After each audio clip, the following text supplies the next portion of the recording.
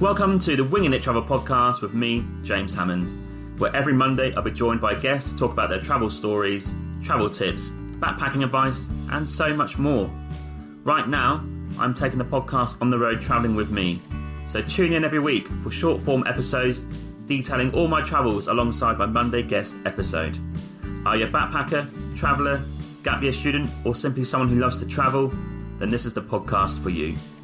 This is a casual, informative podcast designed for you to inspire you to travel. There'll be stories to tell, tips to share, and experiences to inspire. Welcome to the show. Let's get into the episode. Hello, and welcome to this week's episode, where I have a returning guest back on by the name of Frank Paradis, and he's here today to talk about his 3-month Congo trip overland last year.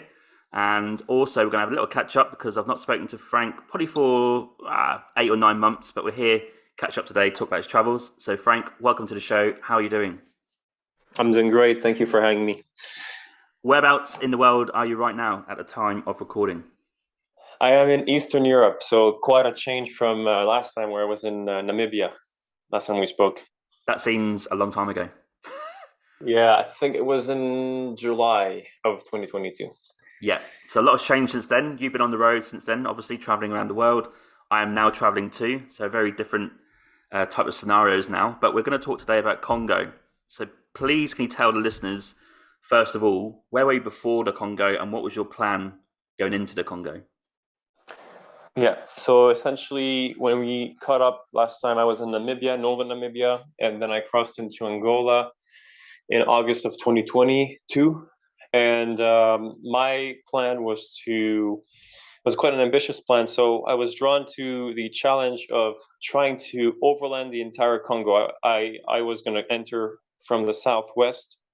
If people have a map of the Congo near them, it's going to be easier to follow. So I wanted to get to Kinshasa, the capital city. Mm-hmm. And I was really intrigued by the rainforest, the mighty Congo jungle, which is the second largest rainforest in the world after the Amazon. And I was thinking, okay, let's see if I can overland this whole area all the way to Kisangani, which is the large Congolese city in the northeast. And my dream was, let's just try to do it all by land or by, river and boat, but let's not use any airplanes so I can see as much on the ground as I can, see the villagers, the villages, the normal jungle life, and make it all the way. And just briefly, there is a famous British travel writer. I don't know if you know about him, Tim Butcher, but he in 2004 he did a journey to try to overland the DRC, and he did part of it successfully. But then once he got about halfway through the jungle, he gave up and he took a helicopter to Kinshasa. So he didn't manage to overland it. And I knew there was a British couple who managed to overland the DRC with their own vehicle. They had a Land Rover, and they were with a friend. So there was 3 of them with their own 4x4 vehicle, and they took a different route than I did. They basically used this. They went through the savannah area and then all the way up north. But they were, pretty much the only people on the internet that I could find who had managed to do something similar to what I was planning to do. But they had their own vehicle and they avoided most of the jungle by sticking to the savannah as much as they could. So it was kind of a question mark, would I make it? Would I not make it? I didn't even know it was going to work or not, but I said, I want to try this challenge. I want to, and also why was the Congo so interesting to me? It's because a lot of the world nowadays, as we've discussed in our previous conversations, it's quite open to tourism. You go to Paris and you know what to expect. You buy a ticket here, you know what the Eiffel Tower is going to look like. There's tourist infrastructure. But I knew the Congo was probably one of those countries in the world where there's the least tourist infrastructure. It's almost non-existent. So I knew it was going to be the biggie, the Mount Everest of travel. And I was interested in that. That's great. And that's a fantastic aim to have. It must have been pretty scary maybe, or daunting, or were you pretty excited at the same time? All of them at the same time. Daunting, scary, excited. So I was excited because I knew it was going to be. To give you an idea of how scared I was, I thought I need to do it on this trip because I'd just done Afghanistan a few months prior, and I thought I want to use the momentum of the confidence of having done Afghanistan successfully to Yep. do the DRC, because if I go back home now, I will be too scared to then leave home again and do the Congo, because that's how scared I was of the DRC, of the stories I'd heard of travelers being robbed, of all kinds of stories, Yeah. I mean, terrible stories that I heard about the DRC. So I was thinking, if I don't do it now, I'll never do it, because I'll lose my confidence momentum that I got from my Afghanistan journey. So I was kind of using the fuel from my previous travel accomplishment to tell myself, you can do it. Come on. If you manage to do Afghanistan, you're going to be okay with the Congo. But I was still pretty scared. That's interesting that you say if you went home, you might lose the confidence to go out and do a trip like that. That's quite interesting. Oh yeah, What that's how scared I was of it. is that specific just to the Congo, or do you think maybe a certain amount of countries are like the Congo in terms of like feeling that scared? I would say there are a few that are known to be hard and difficult, but the Hmm. Congo scared me specifically because I knew that it was super corrupt, and I knew that everybody who went there had to come up with a strategy on how to avoid bribing officials who constantly ask you for bribes. And I wasn't too scared of the malaria, because I'd already had malaria in Sudan. I think we talked about it last Yeah, time, and I was like, okay, yeah, I know there's going to be tropical disease and stuff, but it's just risky in general because there are health risks. I mean, the Congo is where the disease Ebola originally comes from. yeah. Originally, and even HIV, the HIV virus originally, it comes from it was founded in the Congo, the original moment. Hmm.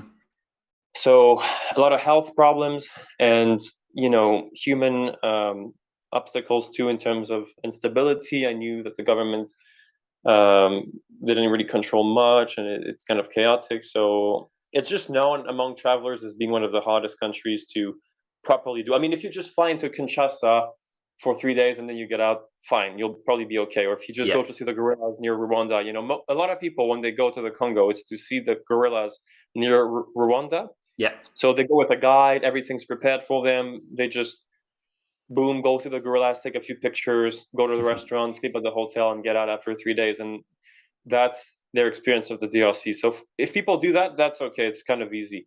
But the moment you do anything besides trying to see the gorillas, it becomes really hard. I think we'll come on to that on the report because That's Frank right. here has written an extensive report, which is basically the base of our notes for this interview, and it's a fantastic read and fascinating. It's so fascinating, but we're going to talk about some of that today. First, couple of like admin questions, if you like, the visa process and also your budget. What was in your mind for that? So the visa process, that's interesting. In itself, that's hard. So in fact, the policy is that the DRC normally doesn't give visas to non-residents. So you have to be in your home country to even get a visa before you even think of going to the Oh wow, Congo. And so that in itself was hard. And I was in Eastern Africa, I was in Kenya, and I tried to get a visa. The Nairobi embassy turned away. You're not a resident. Goodbye. We don't want to see you. So already there's one failure. And I was like, no, I'm going to keep trying. So I thought, okay, I'm in Kenya. Okay, let me try Burundi. It's nearby. Maybe I'll have a chance there. And yeah, I went to Burundi. First, they said, no, we don't want to talk to you because you're not a resident of the country. I insisted to talk to higher ups and higher ups and higher ups. Eventually, I got friendly with one of the officials. And because I speak French as a French Canadian, it was easier. We could kind of chat and hmm, build a rapport. And yeah, he was like, you know what? If you get an invitation letter, it'll be fine. You can apply here. So then I had to find someone who would be trustworthy enough to give me an invitation letter. And you have to send them money online, and you don't know if they're going to actually give you the document or not. yeah. Are you being scammed? So even just getting the visa was a bit of an ordeal before you even think of getting to the Congo. And I sent him, the money. I believe it was $150 for the invitation letter, which is quite expensive. And thankfully, he did give me the document I needed. Went back to the embassy, managed to successfully get the visa for 3 months, multi-entry from the date of entry. So that was quite good. I was like, yes, finally I got the visa. Because if you talk to people, a lot of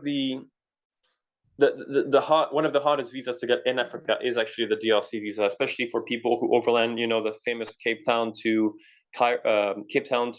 Morocco Yeah. Western route. Western. Yeah, yeah. A lot of overlanders struggle with the Nigerian visa, and they struggle with the DRC visas. These are the two big annoying visas for a lot of overlanders to get. So in fact, most people skip the DRC. When they're in Angola, they just get on a ferry and go to the Cabinda Peninsula, which Right. also belongs to Angola, and then they just carry on through the Republic of Congo, the French Congo. Most people try to avoid the DRC because it's just annoying to get the visa to cross. Ah, very interesting. And did you have a budget for the 3 months in the Congo? I did. So it's interesting. The number that I came up with was inspired by Tim Butcher's book, Blood River. Yeah. So in the book, he carries $2,000 with him, and I'd read his book. And by the way, initially I said, he failed halfway through, but I still respect him as an adventurer and as an author. So if he's listening to this, no offense to you, Tim Butcher. I love what you did, and I love your book. So please, no hard feelings. I hope he takes it the right way. But I got inspired by his number of $2,000, and I thought, you know what? I'll try to do the same. So I would have $2,000 cash on me for the entire journey, which I knew was going to take maybe 2 to 3 months. And I knew I couldn't rely on, getting banks in the middle of the jungle or getting ATM. So I had to carry the cash on me. Is that an extra stress?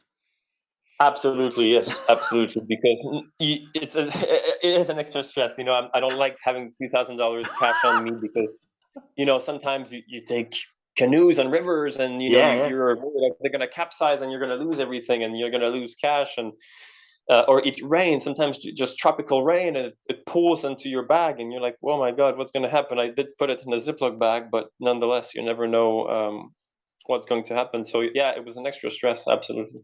The problem with US dollars is it's not protected against the rain, isn't it, or water, like unlike maybe something like Australia where their currency is actually water resistant, I think. So you could carry that with no worries, apart from obviously getting robbed. But yeah, that's an extra stress in itself. So where did you start your journey? So I started from the Angolan border, a town called Kindupulu, and that was actually on the Congolese side. Kindupulu is the entry where I got in, and that's where I entered. And I was very happy because it's such a remote border post. They almost never see foreign people coming in the Congo through that area.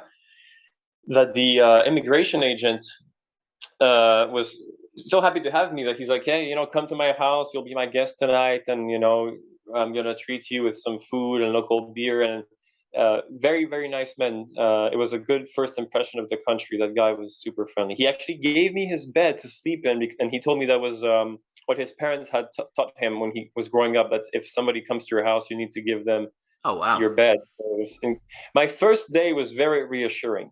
Very reassuring. That's a great start. That's right. Although, to be fair, the people around in the report that you've read, the police people around him, they were sort of trying to make problems for me, and they were really, I could see that they wanted to make issues for me.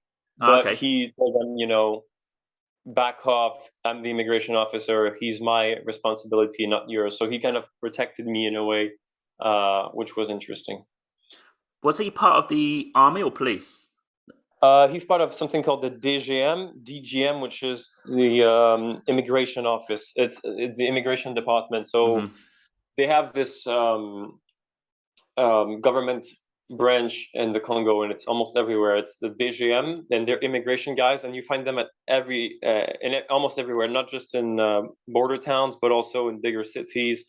And unfortunately, he was like the only really nice DGM agent that I met. Most of them, people like, where are you going? Give me money. Most of them are very corrupt, and they just hassle even the Congolese that are traveling through. But he was an exception. He was very nice. Okay, and then you're making your way to Kinshasa. That's right. Made my way to Kinshasa on the potentially the only good road of the country, and even then, the truck had fallen, and cement bags were blocking the road, and it was still. I was thinking, wow, this is the only like nice paved road and it still took 3 hours to clear it, and a lot of delays. But I mean, just to give you an example of how corrupt it is, unfortunately. Yeah. When I got before Kinshasa to a town called Kisantu, and like I said, people can follow with the map. It's easier to see the journey. The DGM, the immigration guy in that town, told me, "Oh, you should have given us money for the stamp that you got in your passport." And I mean, that's just ridiculous. It's the first place in my whole life where somebody's asking you to pay them for getting your passport stamped, and that just shows you how, unfortunately, corruption is such an ingrained part of the lifestyle in that society, unfortunately, which is totally different from, let's say, Angola, where I was coming from, where I never had anybody ask me for cash for a passport stamp. So yeah, I got to Kinshasa, the big city, and it was great. It's quite chaotic. It's a massive metropolis, and from there I carried on. Yeah, just to touch on the corruption bit very, very quickly. Why is that? Just desperation for money, or is that maybe more of a, I don't know how to put this, like it's what they think they should do, like regardless of like corruption. It's like, here's a foreigner or even a Congolese. I need some money. I'm just going to do that. It's very interesting that maybe other countries don't have that quite intense mentality of like asking you for money, like for trivial things like a stamp. So I heard and I read that I don't know if that's actually accurate, but I'd read that it was in the 90s, in the 1980s, when Mobutu was the dictator of the country. The economy was collapsing and falling apart, and he just started telling civil servants and people, well, just help yourself, find ways to survive. So at the time in the 80s, that's when corruption became massively endemic, and it became a way of life. Yeah. Because the economy was falling apart at that time, and he, when the leader himself is like, just help yourself, sort of thing, it's pretty bad. So people started to get used to having to pay bribes and asking for bribes at that time, and it's kind of stuck in the culture ever since. Because in terms of poverty, I don't think in Angola, there's also poverty in other areas of the world, even not just in Africa, but also in Afghanistan or in Pakistan. But to compare it with its neighbors in Angola, I went to places in Angola that are equally as poor as some of the areas I saw in the Congo, but they don't do that. The police there never ask me for anything. So I think it's become cultural, and it's just expected, and everybody expects it, and it's become the norm. And until I'm not sure how it's going to go away, but for some reason it's just become accepted as if it's something normal for everybody. Yeah, that's a shame. I wonder how they get out of that mentality. That could take generations. Yeah, that's obviously a bigger discussion. Forward. I think what would be needed is that, because I know in Burundi nearby, I was seeing some posters, anti-corruption posters, and I think there, if somebody asks for a bribe, you can report him to a special organization of the government, branch of the government, and like they really try to stamp it out by cracking down on it. And maybe eventually that's what's going to be needed. They're going to have to make examples. Okay, this guy asked for money, he was fired from his job, and it becomes a public example, and people will be more scared. Something like that will need to happen. Yeah, accountability, absolutely. Okay, so you're making your way to Banduville. That's right. That's right. Nice pronunciation. Via Mongata. So you're obviously hitchhiking here. Any different tactic here, or are you still sort of motorbikes and lorry drivers? Is that your main tactic? Right. So from Kinshasa to Mongata, I was able to do it with bikes and lorry drivers because the road was still paved and good. It's still in the savannah area. And then once I got to Mongata, it became a kind of a sandy track, still big enough for lorries, but there were not any lorries that I could see at the time. And that's where it became a bit weird, because I started talking to some villagers, and they basically told me, oh, you should really be careful because 70K north or 80K north, around the area of Mashambio and northward, there's an ethnic clash going on. There's a tribal warfare happening. Watch out and just be alert. And I was like, okay. And that explains why there was no bus coming through that road, I could hardly see any traffic. I did see a little bit of traffic, but really not much. So I just kind of walked, and occasionally a bike would come and I would hop on the bike, and it was just really, really hard to move. There was really no traffic. And I later learned that the government had suspended all bus transport on that road a few days before. In fact, somebody had warned me he told me this area, the Kwamuth territory, is going through some troubles. But when I Googled it on Google Maps and I typed Kwamuth, Kwamouth, I saw a town. I saw only a town which was not on the way I was going to go. So I thought, what is he talking about? This is just a town. I didn't realize he was talking about the Kwamuth province or the Kwamuth district, which encompasses the road I was going to take. So I had misunderstood him, and I thought I thought the conflict was only in a specific town, Kwamuth city, right, and it was on the whole district. So get bikes here and there, and I managed to get north, and it's really hard to move and get transport. But I managed to walk. Sometimes I walk a lot, and then I get on a bike and I walk a lot. Anyways, got to Mashambio. And from Mashambio, I wake up the next day and I realize, okay, things are pretty wild here. I see some local Red Cross workers, and I can see that clearly I'm in a crisis area. And I'm like, okay. And, what am I going to do at this point? Because I need to carry on north.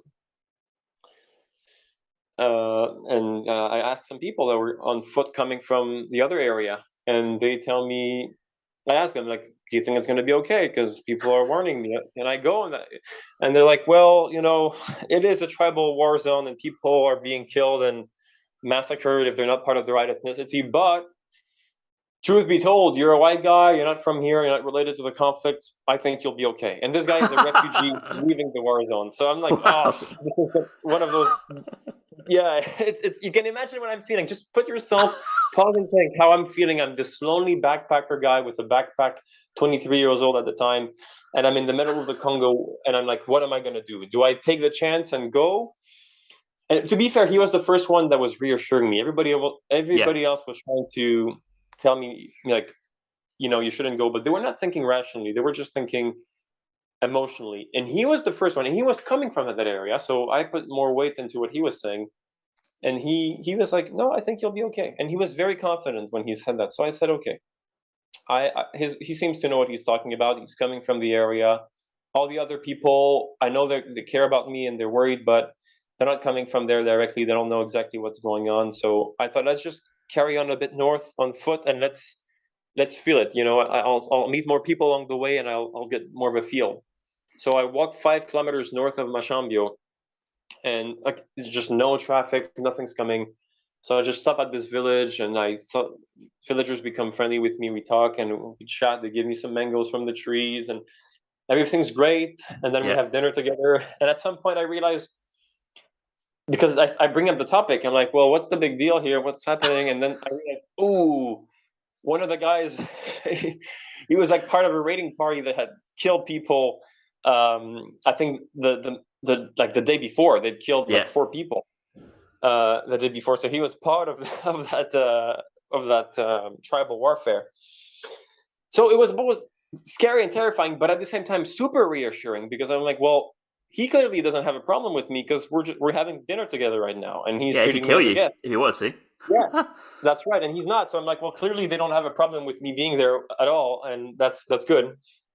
And I asked him, I said, well, do you think I can carry on north to Banduduville? Do you think it's going to be okay with your militia friends? And he's like, no, you'll probably be okay because we don't really have any problems with you. We're after. So the name of the tribes, there's the Yaka and Teke. Yeah. And the Teke were killing the Yakas on the northern half of the territory, and I was still in the southern half. So I was talking to yakas, and the yakas were killing the tekes in the area I was in. So they were both killing each other, but they had they had control over different areas, and they were asking people's IDs, and they can tell your ethnicity from your name and your last name and things like that. So they said, "You're not a teke. We don't have a problem with you. You'll probably be fine. You're not the enemy. You're not the target." So the next day walked again, and it was just hard. And eventually I saw a truck, and he wouldn't stop. I had to kind of run, but luckily the track is so terrible that the truck was going slowly and couldn't go fast enough. So, and I'm a pretty good runner. And the girlfriend of the driver had pity on me, and she told him to stop and let me, in exchange for a bit of money, I could hop on the top of the truck, like the very, very top. And then eventually, long story short, the most scary moment of my life came, which is that we got to a checkpoint, a full genocidal checkpoint with guys that had paint on their face, and I later learned it's a mix of magical potions and blood of the victims that they put on their face. Crikey. And they had machetes, they had some hunting rifles. Didn't have like heavy machine gun, but they had like a normal sort of hunting rifle. Like their guns were not really that threatening. They had really bad guns, but they had machetes and a few hunting rifles, and there was a lot of them. I don't know, maybe 15, 20 guys, and I could see, they're intoxicated, like they're not sober. It was 2 p.m.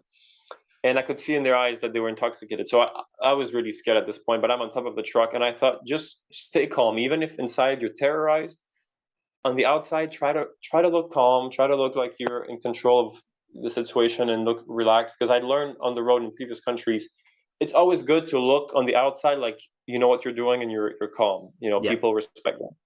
So we get to the checkpoint, and the guys ask money to the driver for some bullets to buy, and then they see me, and I see that they're sort of they were definitely drunk and maybe had smoked some stuff. And they're like, "Hey, Mundele." Mundele means white. Like, "Hey, like white guy." And they're like, they almost find it funny that I'm there on top of the truck. They were not expecting this guy, like this white backpacker, to come in the middle. I mean, it's an area that no tourists go there in the first place, but especially not in a time of tribal warfare. So they're just not expecting me. And that's also good because they don't know who I am. I could be a UN inspector. I could be somebody with contacts that's very powerful. They have no idea. And I just look normal. I stay on top of the truck, and one of them says, "Hey, like, you have some money for us?" And I just look very calm and polite, and I reply that I just kind of pretend that I didn't hear him, like if I didn't hear him, and then he asks people on top of the truck to come down to check their identity, and the driver has to get out, and he's checking everybody, luckily except me, because I clearly don't look like a teke, so he knows I'm not a target. And as he's checking other people, I lock gaze with another rebel who looks sober, and he's like the least intoxicated of the bunch. And we both look at each other, and I just try to, it's hard to put into words, but you just look at somebody in the eyes, and there's a communication that's nonverbal. And he gestures at me, and I gesture at him, and we just stare at each other. And it basically meant something like, what he basically looked at me as in, like, "Don't worry, you're going to be fine. I'm going to take care of the situation. We're not after you." And he even takes his hand out and gives me the gesture, the gesture of like, relax, the palm down, sort of waving the palm down, like, "It's going to be fine." So I'm like, it's going to be okay. And then I'm like, "Is it over?" No, it's not over. The rebels come on the truck with their equipment and with their weapons to hitch a lift to their next checkpoint. So all these genocidal rebels literally get on top of the truck, and it's like, "Okay, you want some space? Have some space. I'm not gonna fight with you over the space on track." And they just come, and they drive. The driver drives them to their other checkpoint a few kilometers away, and then we get to a town called Bethany, which is it's like it was like the border area between the Teke and the Yaka. And there are some army guys, and then after that, because it was nearer to Bandudu, the northern half of the road was safer. There were no checkpoints because the army had a bit more muscle and they could enforce things. So we didn't see any checkpoints on the northern half, but it was still pretty hair-raising, to say the least. It's interesting because when I was reading your report, one of my first questions I had is it definitely an advantage speaking French? Like, if I was there and I speak no French, would that have been more difficult? Great question. I think I've asked myself that too. Yeah. Are you talking specifically about the Congo in general, or that specific stretch of the trip? No, in general, in the Congo, because you could probably have conversations with anyone because they probably Yeah, speak French. I think it is an asset. I think it's as an asset because I could get information. For example, that refugee on foot who gave me the confidence to carry on.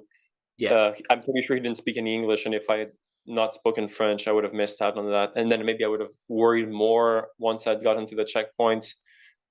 So I think yes, definitely knowing French gave me the ability to get accurate information and understand the situation much better. Mm-hmm. So yes, the only thing is if you don't speak French, I think you can save time with the authorities because I kind of skipped that. But on the whole way to even get to Bandundu, you meet corrupt police officers who ask you for cash and blah blah blah. And if you don't speak French, I think it's easier to play dumb and just pretend that you don't understand until they get Right. bored and they let you go. So Yeah. that the only advantage of not speaking French is that I believe you might avoid some arguments with the authorities, and they might just get tired of you more quickly and let you go. But Yeah. besides that, absolutely, it is useful and it's an asset for sure. Yeah. Very interesting. Okay. And at this point on this journey, are you anywhere near sort of the jungle area or the rainforest area at all? I was not. Yeah, it was still savannah. Yeah. Still savannah area. And just briefly, so for the people that are listening that are thinking, why on earth would you take that road if people are telling you that there's, warfare and stuff? The thing is, it was pretty much the only road that was going to go where I wanted to reach, which is Bandundu and then Lake Mayanombe a little bit further north. So, that conflict could last for weeks. I didn't know how long it was going to last, so I didn't want to take a plane. And I could have gone by river, but they also told me that by river, people on ships would stop boats and kill people on the boats and throw them in the river. So even by river, it would have been a problem. Crikey. So it was either I'm doing it or not. And Tim Butcher has this thing where he divides risk into objective risk and subjective risk. Mm-hmm. So subjective is things you have control over, and then objective is just accepting that there's a level of risk that doesn't come from you and you can't control. So my subjective risk was, okay, what do I control? I'm going to stay as calm as I can when I see them. I'm going to be as relaxed. I'm not going to show any fear or anything. I'm going to stay on top of the truck. And, I had a bit of protection being on top of this very, very big trap on the roof of it. I'm not an easy target necessarily. Like if I were on foot, you're already a bit more exposed, but you're on top of the truck. So they already have to think twice. If they want to get to you, they're going to have to either climb the truck. It just adds a level of psychological protection, I suppose. And I crossed in the middle of the day, 2 p.m. So if I'd done that at night, where people are even more unpredictable at night, sometimes people feel like they can do crazier things at night because nobody sees them. But middle of the day, 2 p.m., I was trying my best to have the right circumstances. But yeah, you have to accept a level of objective risk and roll the dice, and I was ready. But I remember thinking on top of that truck, okay, this is past my limit. This is just too nerve-wracking. I went too far, sort of thing. I remember thinking to myself, this is a level of risk that you should not take again. It was just too stressful. Very interesting. Lucky that sober guy who sort of gave you that reassuring nod. If he wasn't there, I don't know if that would have escalated or not. Well, if he wasn't there, I don't think they would have killed me. I'm 99% sure it wasn't a matter of getting killed. I was not going to get killed there on that day. What would have maybe happened is that they, the money thing, I would have had to give them money. That would have been the problem. But I was, I was prepared for that. Mm-hmm. But my concern was I don't want to get killed, and I don't think objectively that was a real risk. These people. Why would they kill a random? They don't kill the Congolese that are not Teke. Why would they kill a Canadian guy that's traveling through? Like, it makes zero sense. Yeah. So, yeah. Okay, and you make your way to Bandundu by boat. That's right. What was that like? So Bandundu was it was good to finally be there, and I could relax a little bit after the harrowing journey. Even just to get there, you have to cross the Kwilu River, and before getting there, I was harassed again by the authorities who want to, they're just there to get money, and they just harass you, and if you don't comply, they get angry and they shout, and then you have to shout back, and it was annoying. I was telling them, I'm coming from a stressful situation of a literal genocidal war zone, and you guys have zero empathy and zero sympathy, and you're harassing me for cash, even though I went through an area that you probably wouldn't even feel comfortable going through. Like, can't you guys have a bit of sympathy for me here? Like, I was trying to reason with them, like, don't you understand what I've been through? Yeah. And yeah, I think they were also suspicious of, like, why are you coming from this area that we know is rowdy and dangerous? Are you a mercenary? Like, it was making me even more suspicious in their eyes, because they couldn't believe I'd made it out of there alive. So they were probably, twice as suspicious. So a lot of argument back and forth. But I got to go to the Catholic mission there, and I was kindly hosted by Father Franek, who is a Polish missionary who's been living in the DRC since 2002, I believe. So Oh, wow. He was there, and he was really nice, and he had a really nice mission with good bed, good food, and Wi-Fi, and it was just like a home away from home. It was great to be with him. He speaks fluent French, and it was great to be with him. To be with a person from a similar culture who you can have conversations with, and who can understand what you've been through, and I can understand. It was just great. So I got to rest with him a little bit. And this part of the trip kind of changes, right? Because now the track goes to quite a small track in terms of size, because only bikes can really navigate here. So what I started to realize from now on is that you're paying some money now for bikes to get you from one place to another. What was the exchange rate for their current local money to dollar? 2,000 francs was $1. So for $1 is 2,000. So 20,000, $10, 200,000, $100. So that's good to know in case we, talk about any bribes or any people we need to pay to go across. And you're making your way to Kiri. That's right. So that in itself was interesting. So got some bikes, then got to a town called Nyoki.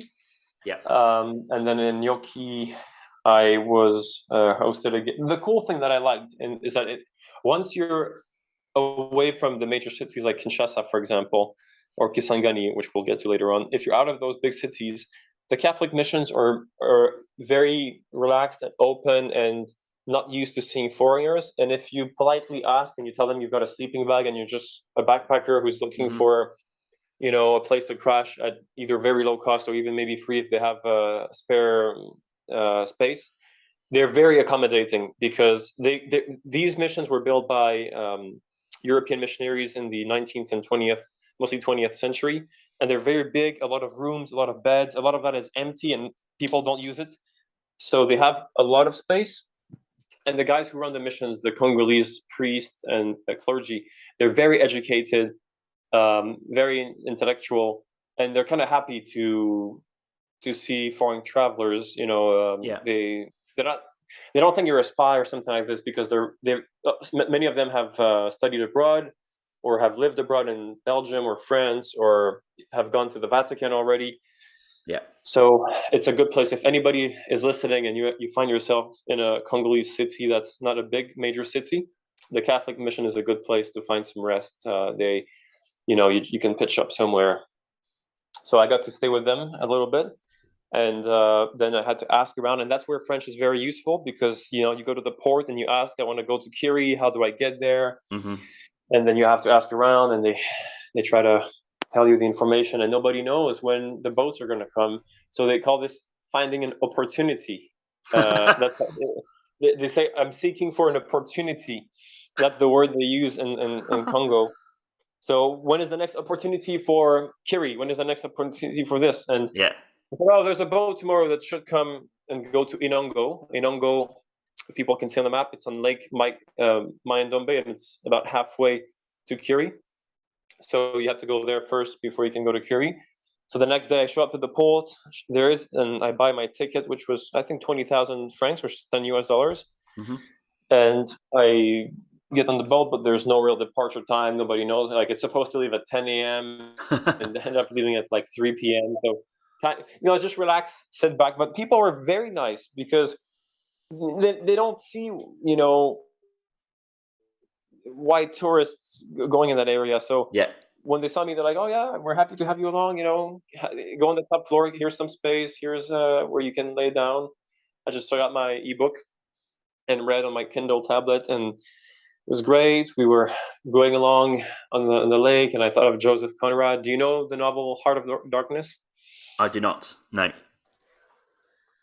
So it's this famous novel by this Polish skipper who traveled up the Congo River in the 19th century, and he wrote this novel that became quite famous. A lot of people know about the Congo because of him. And I wasn't on the Congo River, but I was still in the Congo on a lake in Yeah.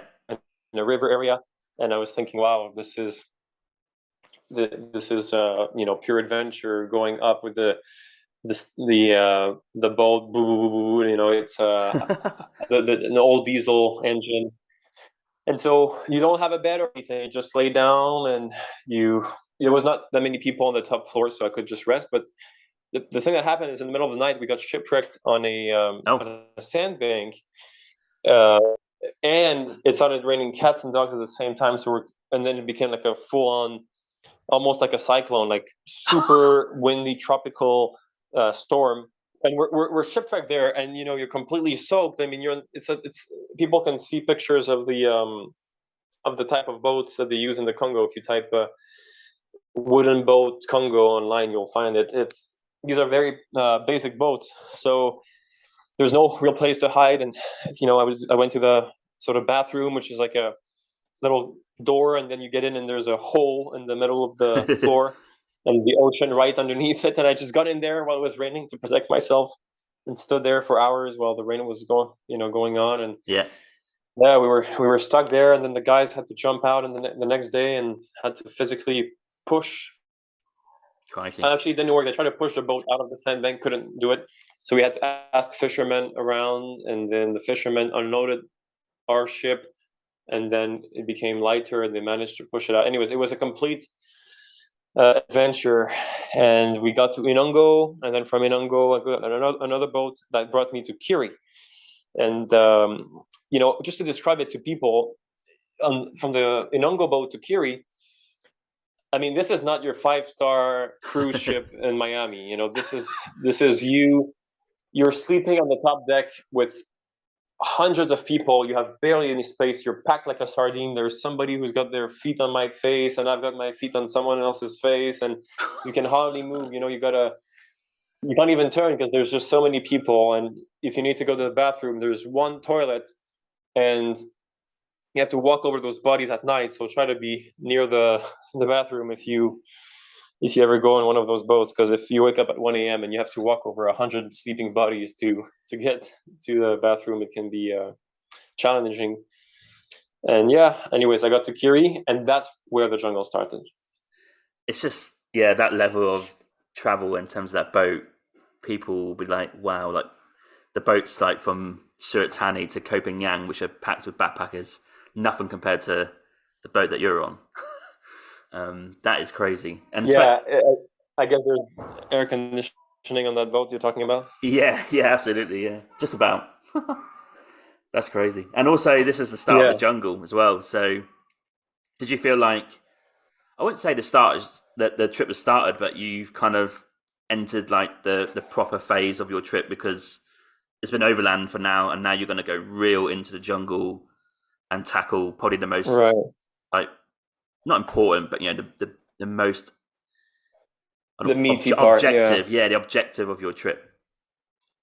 Yeah, so it was a mix of excitement. I was excited because, like, oh yeah, here's the jungle. When was the summer going to end? So I was partly excited and thrilled. Yeah. But also a bit scared, because that from now on, there's gonna be even less infrastructure, less internet connection, less cell phones. So once I left Inongo, the signal was gone. Right. No phone signal, and no ways to contact anybody, which is good. And I like we talked about when we talked about Sudan and the internet blackout. I like when I'm on a trip. I like this. I like sometimes being disconnected and just reading books that you have and not being in touch with the Yeah. outside world. You can be fully focused.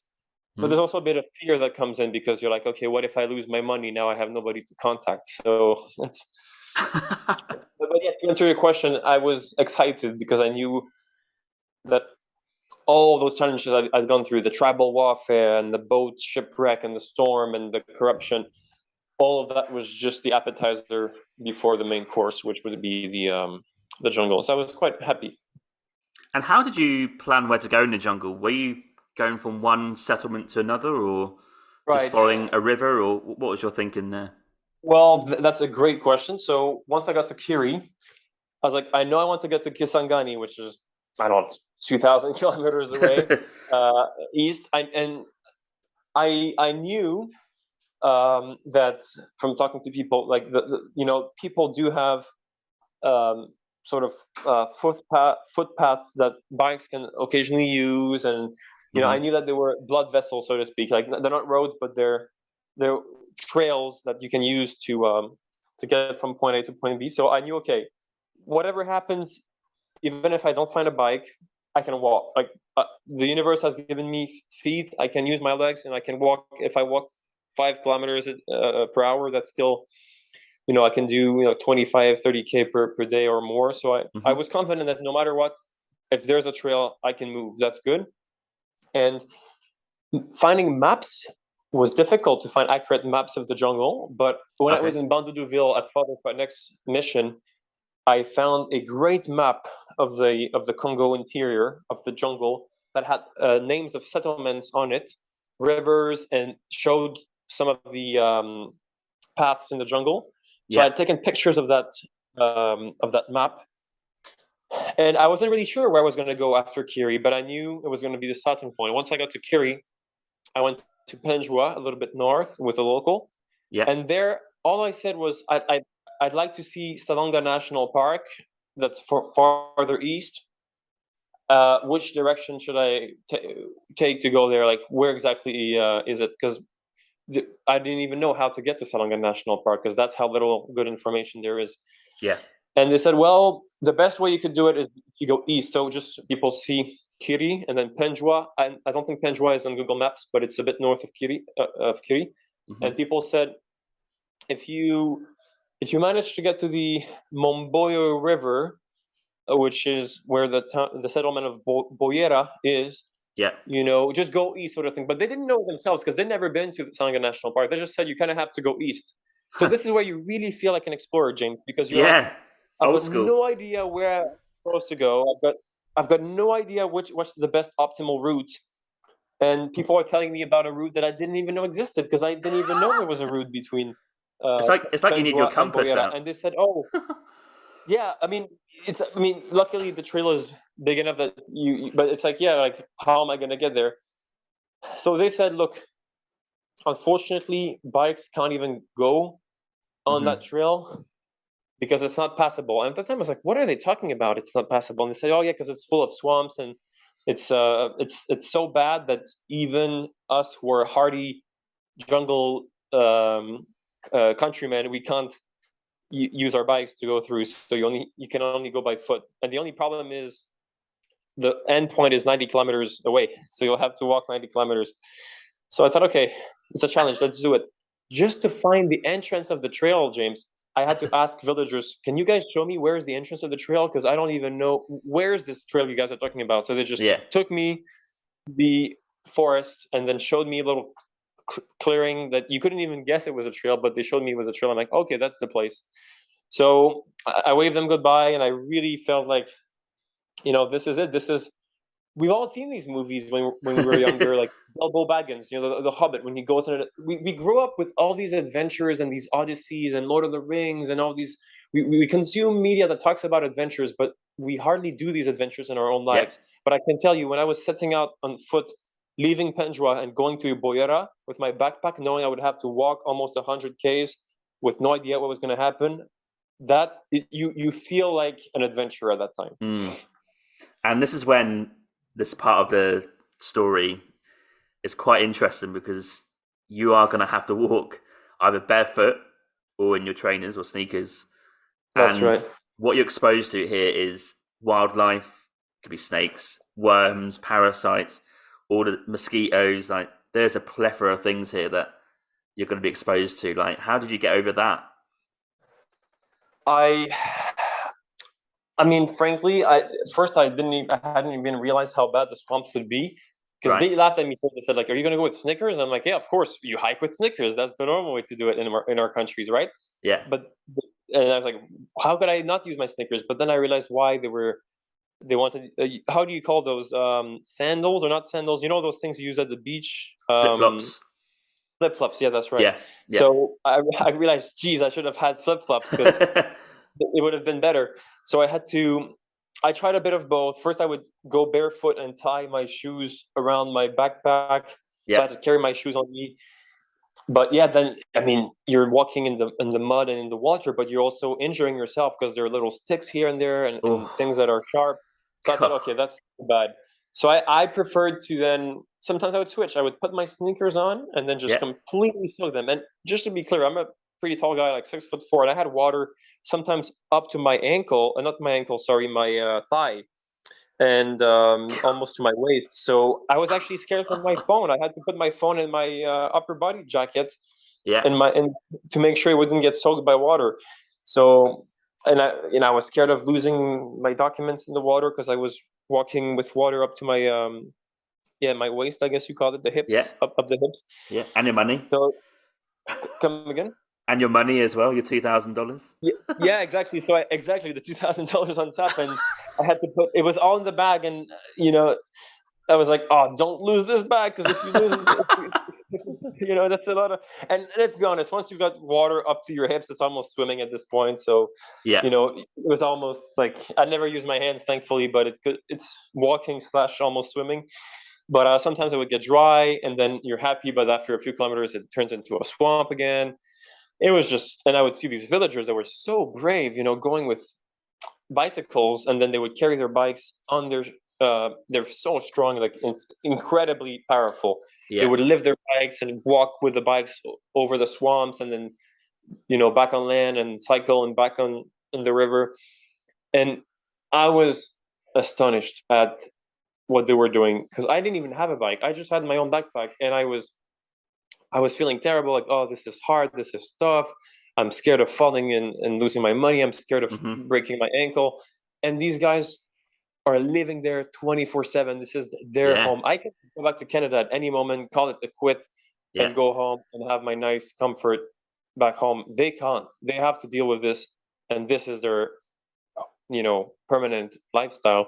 So I have massive respect for these people. In fact, they helped me. At some point, some of those locals saw me, and they were, of course, very intrigued. What is this Yeah. white man doing here in this area?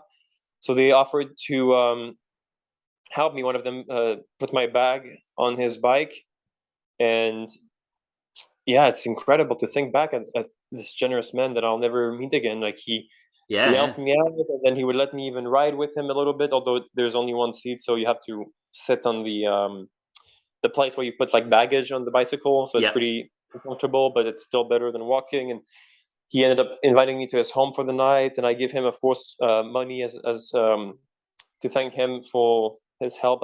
He didn't ask Hmm. for anything, but I give him something, of course, as a gift. And Yeah. it was great to yeah, he actually killed a chicken as a welcoming gesture when I Oh. when I got there.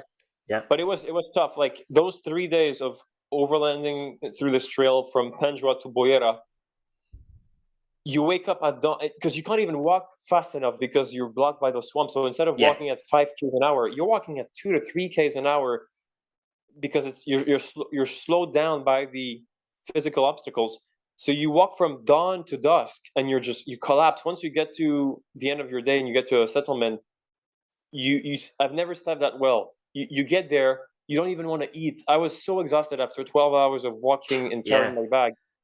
Where's the bed? He gives me a bed. I would fall asleep before dinner came. Like I would literally collapse, and he'd have to wake me up. Hey, there's some food ready. Huh? What?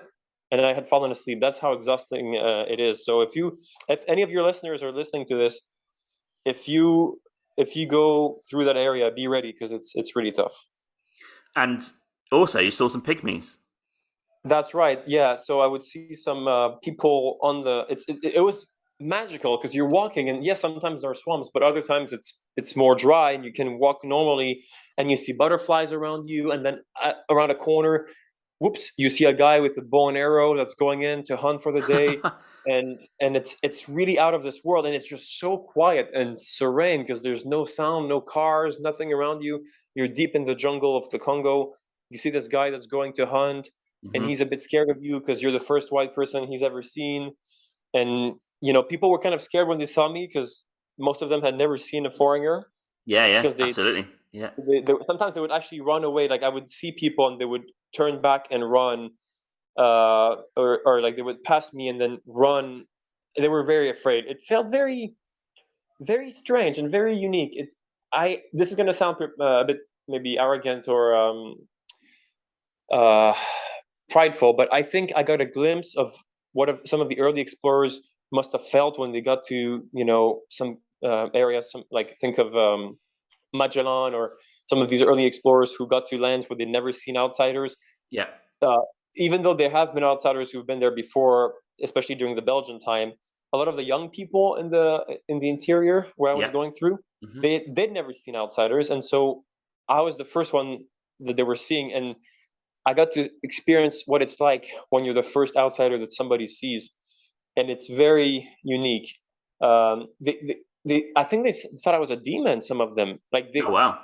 they would scream, like they would see me and they would, like, I would talk to them, hey, bonjour, hello, and they would look at me absolutely terrified, as if you just saw a mountain lion in your courtyard. Like, it was very bizarre, very strange. I don't have words to describe it. You have to live it to know that. If you were to go with me now and you went through these areas, you'd be shocked. Sometimes I would wave at them, and then they would wave back. But if I got closer, they would step back. Like they really thought I was a spirit or something, and they would run away. If I got too close, they would just run away. I think there's nowhere really you can say in the world where you get that. There can't be too many places left. Because of globalization, right? That's right. So I think it's harder and harder and harder. And so, for example, I would get to a village where the elders would have seen white people. Yeah. But the people that were below, like, what they basically told me is that people of sometimes the occasional white person will show, maybe like a anti-Ebola NGO or something. Yeah. Will show up in either Boyera on the river, like once every 10 years. It's very rare, but maybe once every 10 years, somebody who's part of an NGO to warn people about Ebola will show up at Boyera and at Penjwa. So between the two, so at the end points of the trail on the north side and on the south side. But between those two, the guy said nobody comes inside because it's so annoying just to walk it. Yeah. But nobody wants to bother. So yeah, I'm kind of privileged, I suppose, because you're right. It's very hard nowadays on Earth to find areas where you'll meet people who've never seen outsiders. And I guess it's a very unique experience. I can't think of anywhere really. I mean, obviously, apart from where you've been. So I think think maybe Africa, wouldn't it? I think Papua. I think maybe in remote parts of Papua. The island of Papua. I think you might be able to do that. Yeah. Maybe in some very, very remote. So communities who've had contact. A lot of communities have had contact with outsiders, but outsiders come every 7, 8, 9 years. And so, for example, the children, you might be the first outsider that the children see. But yeah, the elders will have seen people, but the kids, you'll be the first. In fact, I would ask them sometimes, I'd be like, hey, why is there 200 people that are gathering to come and see me? Yeah. And they said, well, a lot of those people are young and they've never been to Kinshasa or they've never been to the larger cities in the Congo. So for them, you are the first person that they see. Wow. In real life. Some of them had, for example, they've seen outsiders on satellite television. Okay. Like football, for example. Yeah.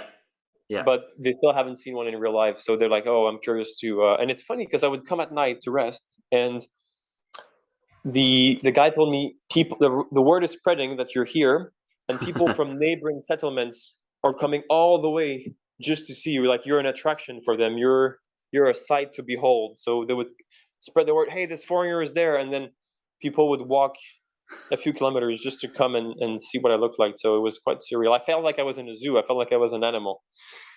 That's crazy because I'm reading a book at the minute from an author called William Thesiger, and he wrote a book about the Marsh Arabs in southern Iraq, and he said the same thing. He would arrive at a village, and word would go around to village next door, a village a bit further on, and they all come to see him.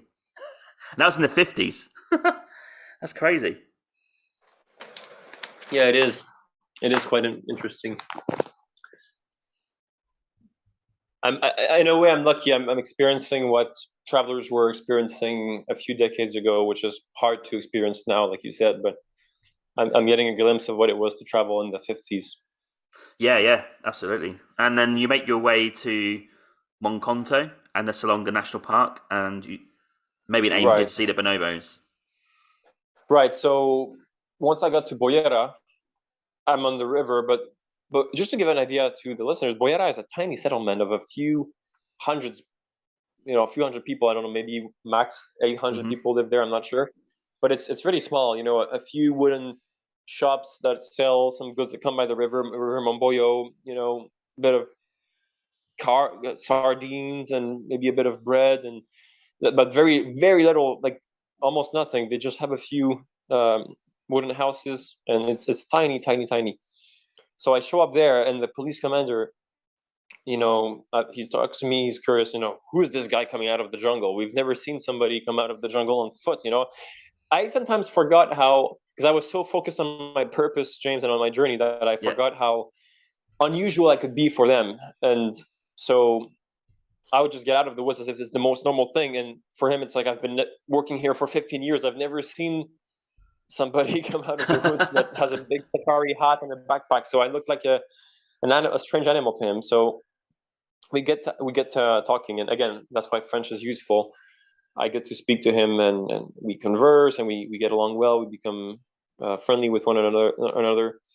And he invited me to his house with his lovely wife that cooked dinner. And so because he was in a position of authority as a police commander, he had a bit of education, and he had lived in the larger cities in the Congo. So he had already seen foreigners, and he was a bit, he was, how could I put it? He was comfortable with my presence, because he told me that his police officers that were in that settlement, they'd never seen an outsider, and he told me they were scared of me. Like initially, he wanted me to sleep in a cabin, and then he came to fetch me and said, "You're gonna have to come home because the people around are scared of you." Like that's how it's hard to put into words, and it's really hard for people to understand. Like if anybody experiences this one day, they'll understand. But like, police officers are scared of, and of course I say police officers, but it's not like in America where they have a badge and a uniform. Right. These guys, there's just the local villagers that have been designated to work for him as cops, and they have no real like license or training or anything. They're just it's quite basic social organization. So he brought me to his home, great stuff. And then the next day it's like, okay, how do I get there? There's no road anymore, there's no trail, there's this Momboyo river, and there's no bus I can take and no ferry. So how am I gonna move? It's a big challenge. I spoke to some people, and the pastor of the village had a hollowed out tree trunk. It's like a canoe. Yeah. So I said, can I give you some money and you can get me to the next settlement?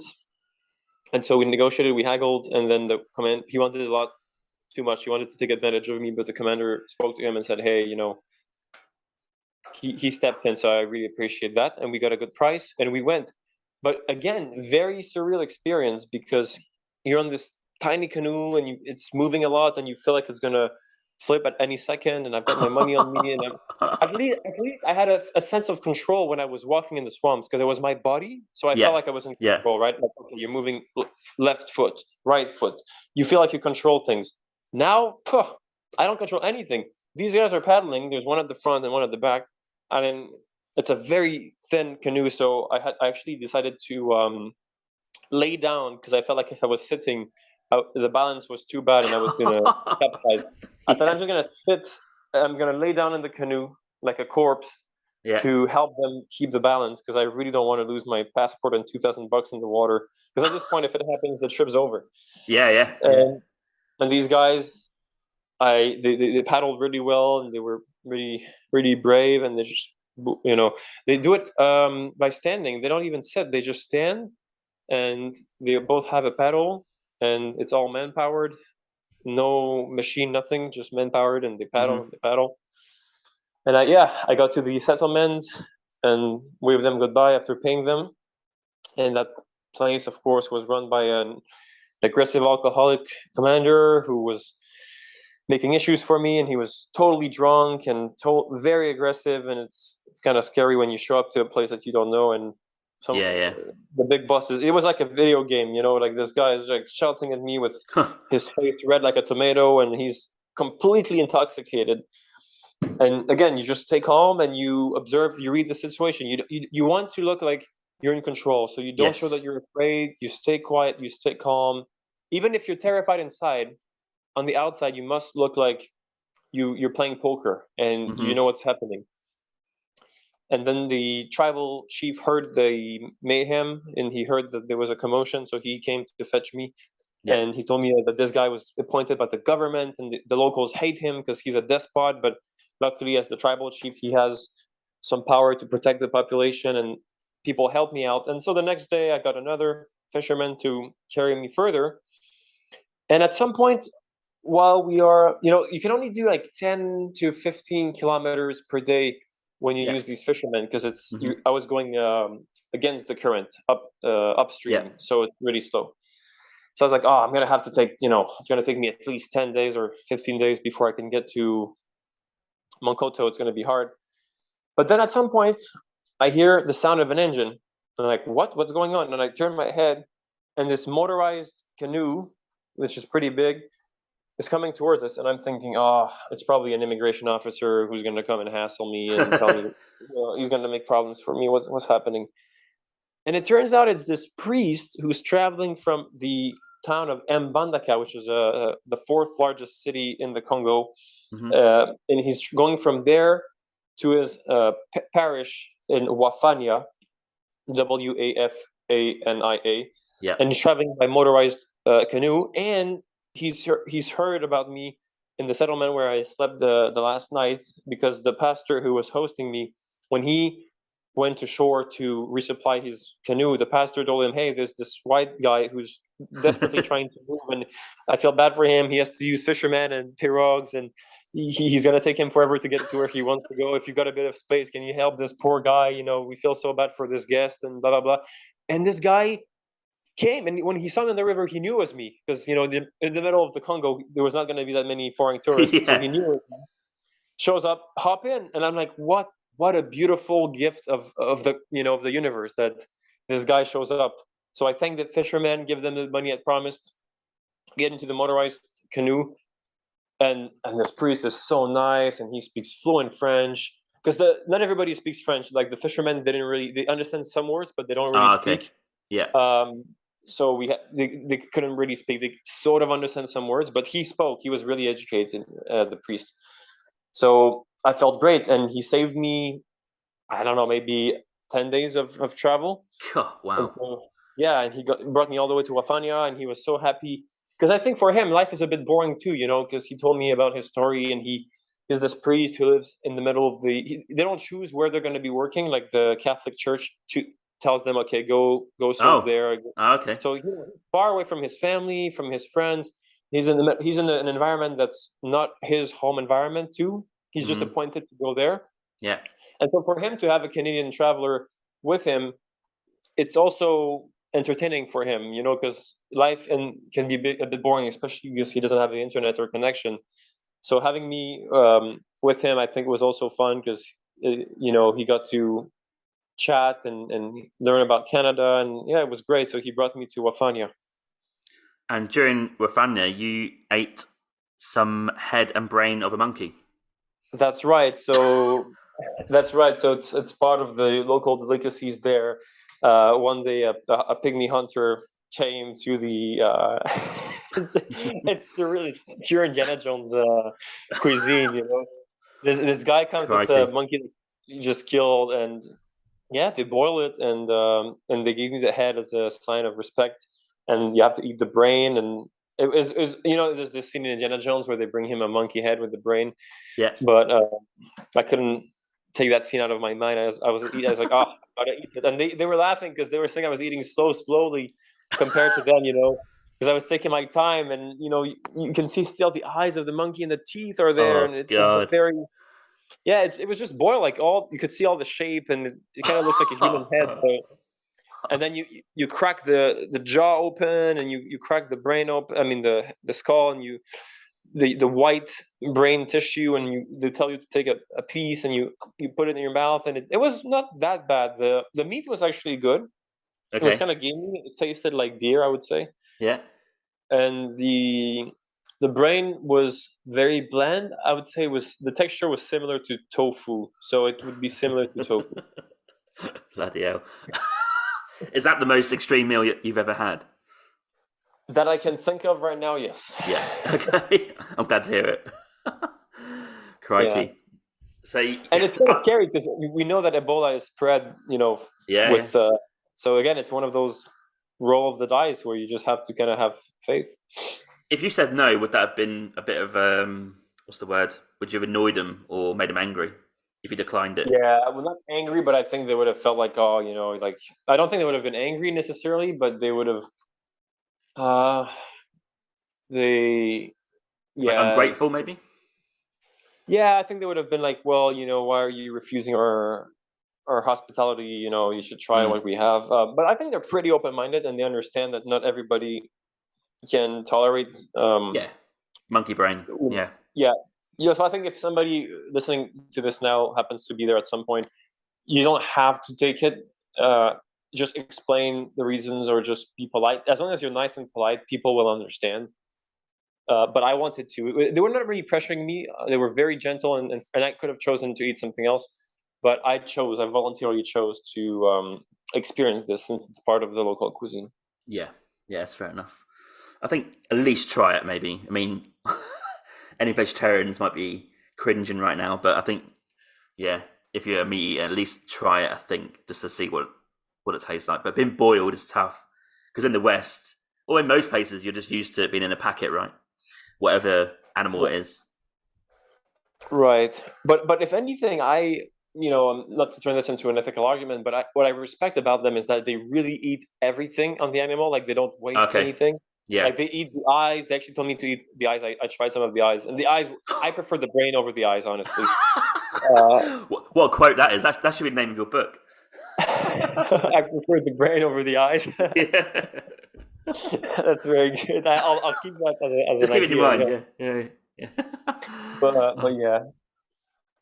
Okay, so you make your way to Monconto, the That's right. Salonga National Park. So you want to see And some just to give a bonobos. clear, just to be clear, I did talk about like corruption and everything, but to talk about the positive sides of things too. This priest who never asked me any money for taking me along with him on the ride, gave me food without asking me anything, Mm. and he put some of his fuel in the bike of his friends. I mean, I did pay the friend for the ride to Monkoto, which is about 60 kilometers Yeah, east, but he did provide some of his own fuel. So I just want to use him as an example that yes, there's a lot of problems in the DRC. Everybody acknowledges that, and it's a challenging place, and there is a lot of corruption. But despite that, there's still plenty of great, nice people. Whether it's the first guy I told you about, the immigration agent who was super, super welcoming, or this yeah, priest who's amazing, really, and never asked me a penny.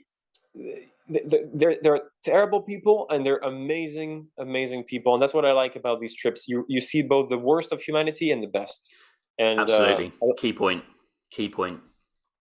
because I think sometimes it's easy for people to have a simplistic view of, oh, okay, well, you've said there's a lot of corruption, therefore the entire country is, Yes. you know, it sucks and it's horrible. It's like, no, yes, I can go from fighting with agents that want to harass me for money and it's painful and I hate it and I want to leave and go home. But then 2 hours later, I'm with a priest who's treating me like a brother and helping me and being super kind, and your mood changes. So don't despair. There's going to be moments when it will be hard, but you never know who you're going to meet afterwards, and that person will help your mood lighten up. So yeah.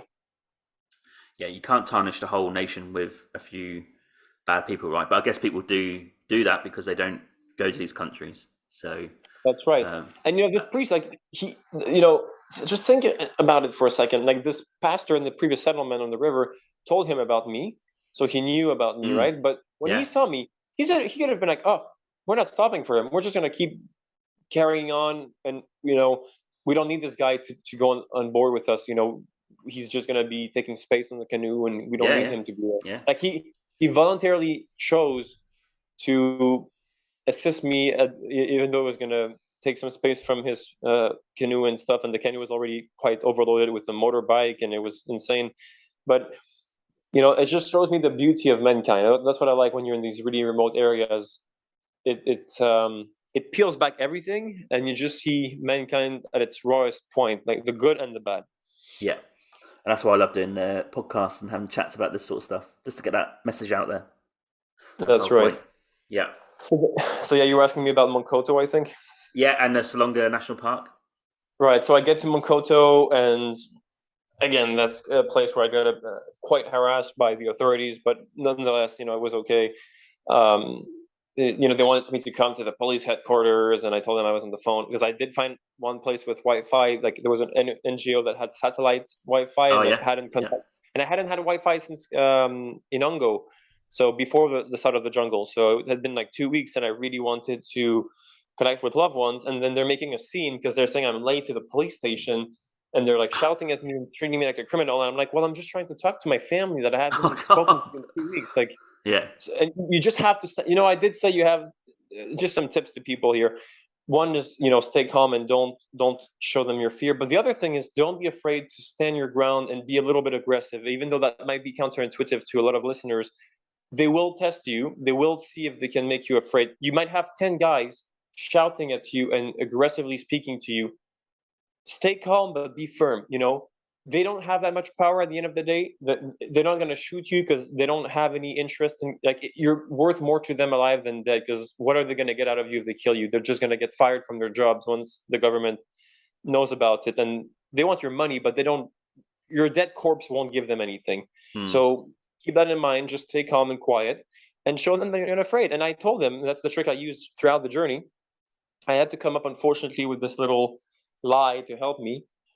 And the lie was that I knew powerful people in the government, and that every time they would go too far and be too aggressive with me, I would just tell them, look, I know people near your boss. I know what you look like, and I know who you are, and I'm going to get you fired if you keep doing this. And I said it with such confidence that it almost always worked. I would get 1 inch from the guy's face, look at him dead in the eyes, and tell him, mate, if you do that again, I'm getting you fired.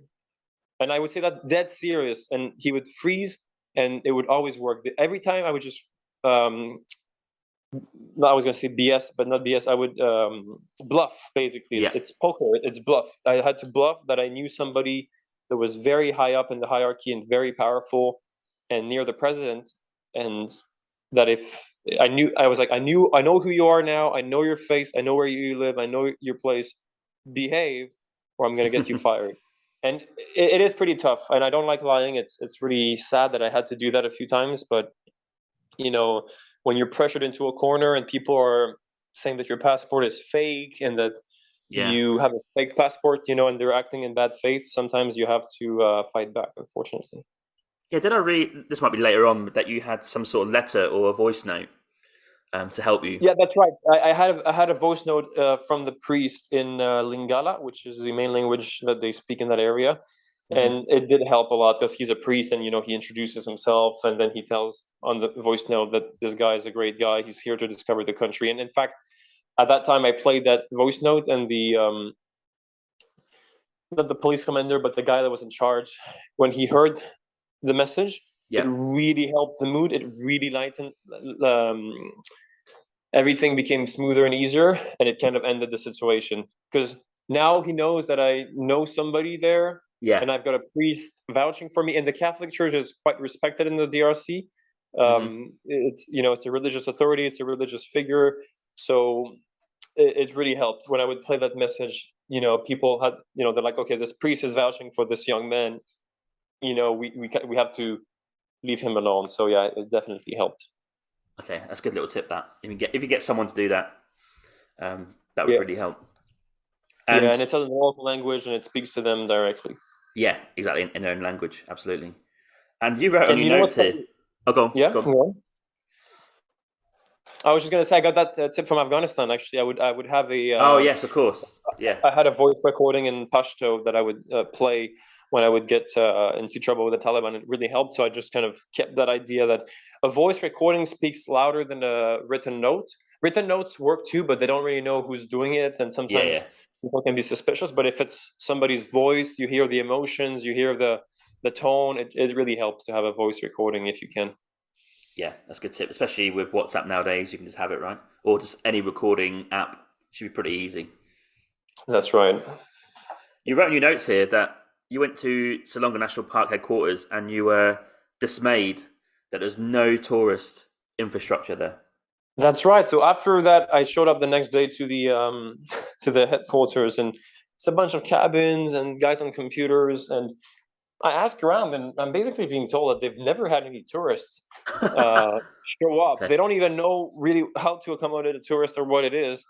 They occasionally show around some VIPs from Kinshasa who fly in and go see some forest elephants, but that's about it. And they don't actually have a proper trail or permits or park fees. They don't do tourism, period. So Okay. like, great, it's a national park, and I mean, it's good that they're trying to do conservation, and that's great, but they're focused on anti-poaching. That's really their only focus, is just preventing poachers, and that's it. There's zero infrastructure. So you know what? I was dismayed, and it was a bit sad. But on the other hand, I felt like, wow, this is such virgin land for tourism that I show up to the gates of the headquarters of the national park, and they don't know what a tourist is. Like, I just let that sink in for a second. That is how raw, pure. That's how adventurous you can get. You go to a national park's headquarters, and they've got zero tourist infrastructure. I think it's pretty hard these days to find that around the world. I'm just thinking about this. Like, they've got a headquarters. Now, people need to think about this. There's a place you can go. There's probably got a building there with someone sitting in there with a computer, and they don't know what a tourist is. that is baffling. It is. It's and thank you for putting it into those words, because I was feeling like, what the heck, and yeah, and the guy, and not only that, but you can imagine how surprised he was to see me show up at the cabin. Like, it's basically, the headquarters is basically a couple buildings, like a few. It's nothing impressive, it's just a few houses with guys with computers and some maps in there. And they're very friendly. Don't get me wrong, but like, it's not it's not the White House or something like this. It's a very very normal building. And I could see in his eyes, he was completely shocked to see me. Like, who is this guy? And we got friendly. Yeah. And I asked him about the bonobos, because I knew that was so for people who don't know, bonobos are a type of ape. They're a little bit smaller than chimpanzees, but they're very similar to chimpanzees in many ways. And they're only found in the DRC. You cannot see them anywhere else in their natural state. They only exist in the DRC. You can see chimpanzees in many countries, but bonobos are exclusive to the DRC. And they're found specifically in Salonga National Park. That's the place where their population is the highest in the world in that area. So I asked him about them, and he says, well, the problem is around here, sometimes our park rangers will see some in the distance, but they're so scared of poachers that they'll just run away, and you won't get to see them because the poachers just killed too many of them. So they're afraid of humans. I said, that's a bummer. But I said, how about, would there be any scientists or researchers in that area that maybe are doing some research with the bonobos, or anybody that I could meet? And he says, yes, they are indeed potentially two groups of scientists that live in this area and that area, occasionally, that might be here at the at this time of the year, and they do habitualization with the bonobos. So he told me, okay, but yeah, he said this group of scientists is not there anymore, unfortunately, but that other one is still there at the moment. The problem is that was very far from where I was, and I would have to backtrack on my route to get there. It was like a detour. It wasn't on my road at all to Kisangani. It was a complete detour. Yeah. Like, what do I do? So, and there's no way to contact them at all. They're in the middle of the jungle. They don't have the internet. They don't have cell phone signal or anything like that. So, so I can't even ask them for permission to come and visit them because I can't even contact them to begin with. So just pause and think. I'm there in Monkoto. I'm being told that about, was it 300 kilometers away in the jungle, like southwest. So backtracking on another direction where I'd just come after all the challenges of coming from the way I'd come. I had to go to another direction to potentially see scientists who I did not even know if they would accept me or not. They might say, "Who the hell are you? Get out of here." For the possibility of seeing wild apes. And I'm like, oh, what do I do? And then I'm like, you know what? This is it. I've got to try it, because if I don't do it, if I don't try, I'll regret it for the rest of my life. I'm going to die with that regret of you showed up, they told you they were scientists, and you didn't even try to see them. And I thought to myself, if I go there and they're not there, or they've already left, or they refuse to have me around, well, at least I'll have tried, and I can live with the thought that I tried. But if I don't do it, I'm always going to be like, oh, you should have, and you never did.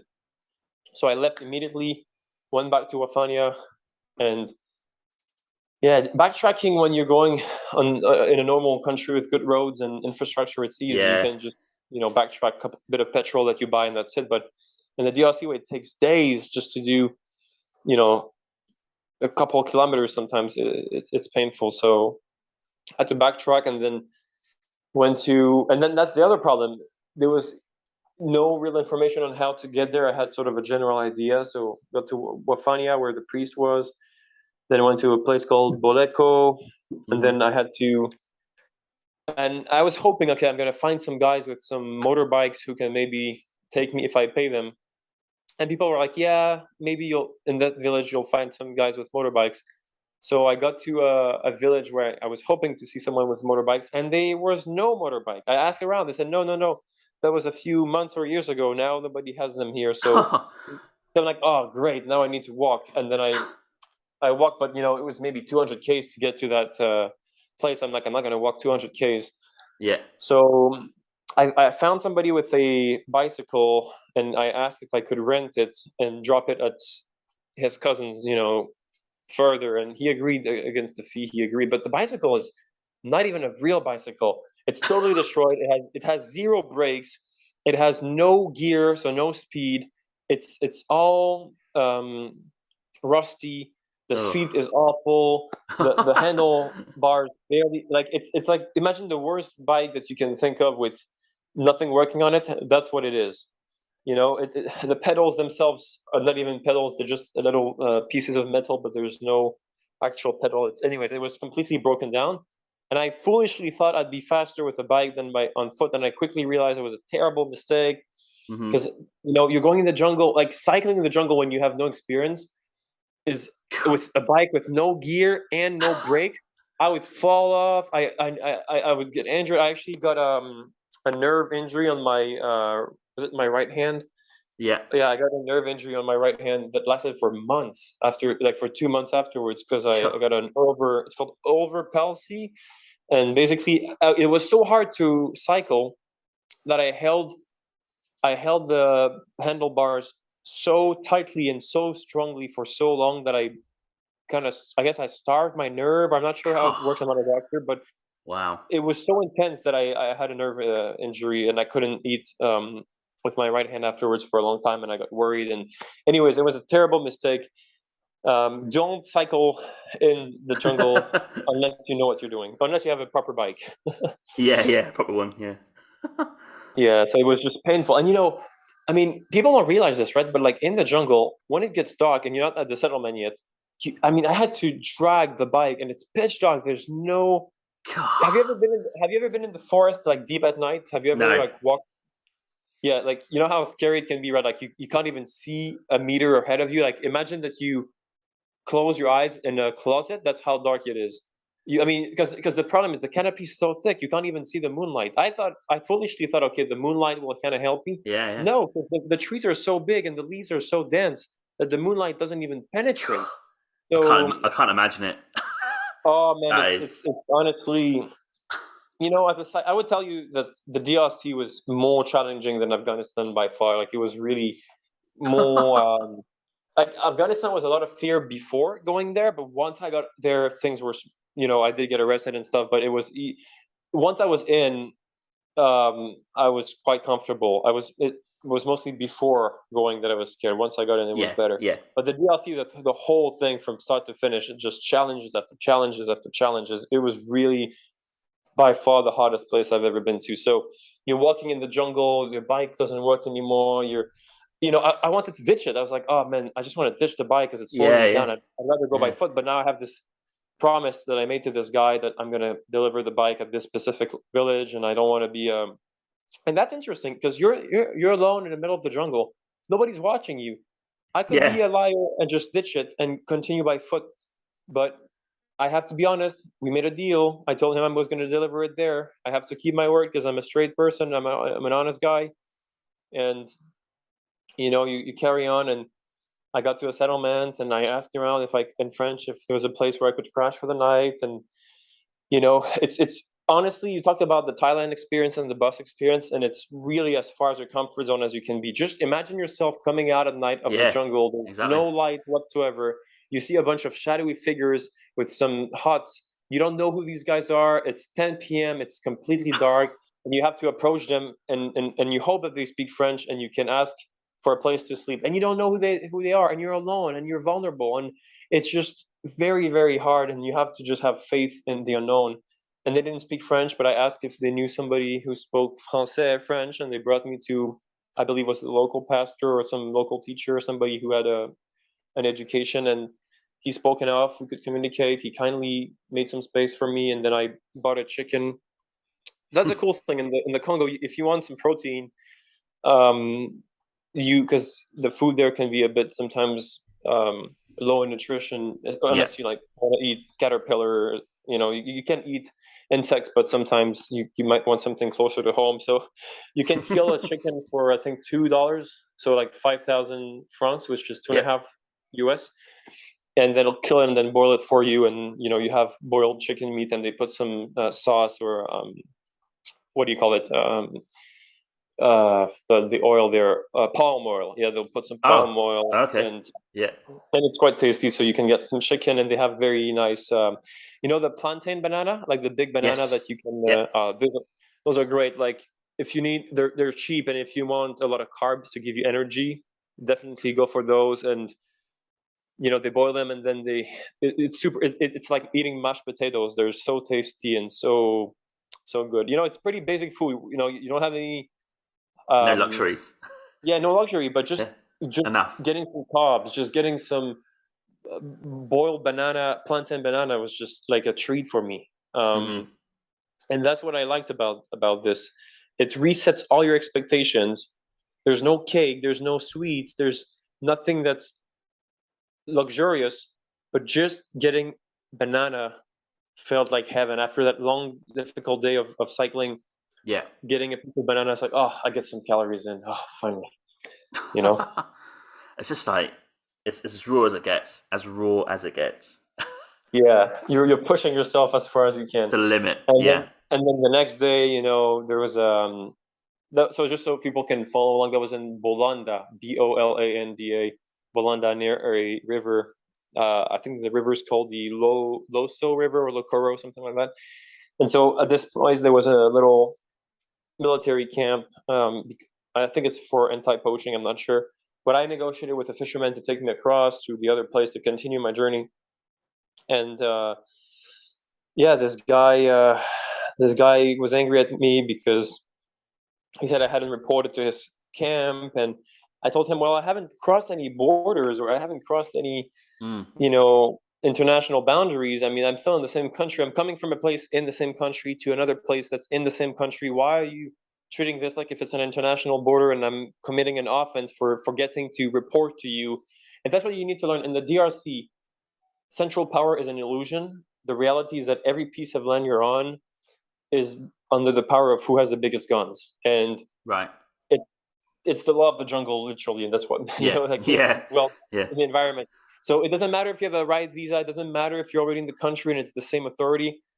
That's on paper. That's not in reality. In reality, wherever you're going to cross, people are going to ask questions. They're going to want to know who you are. You're going to have to explain yourself, and they're going to act as if they're the kings and they own this place, and it's like they're fiefdom. So things got pretty pretty wild with this guy, and Anyways, it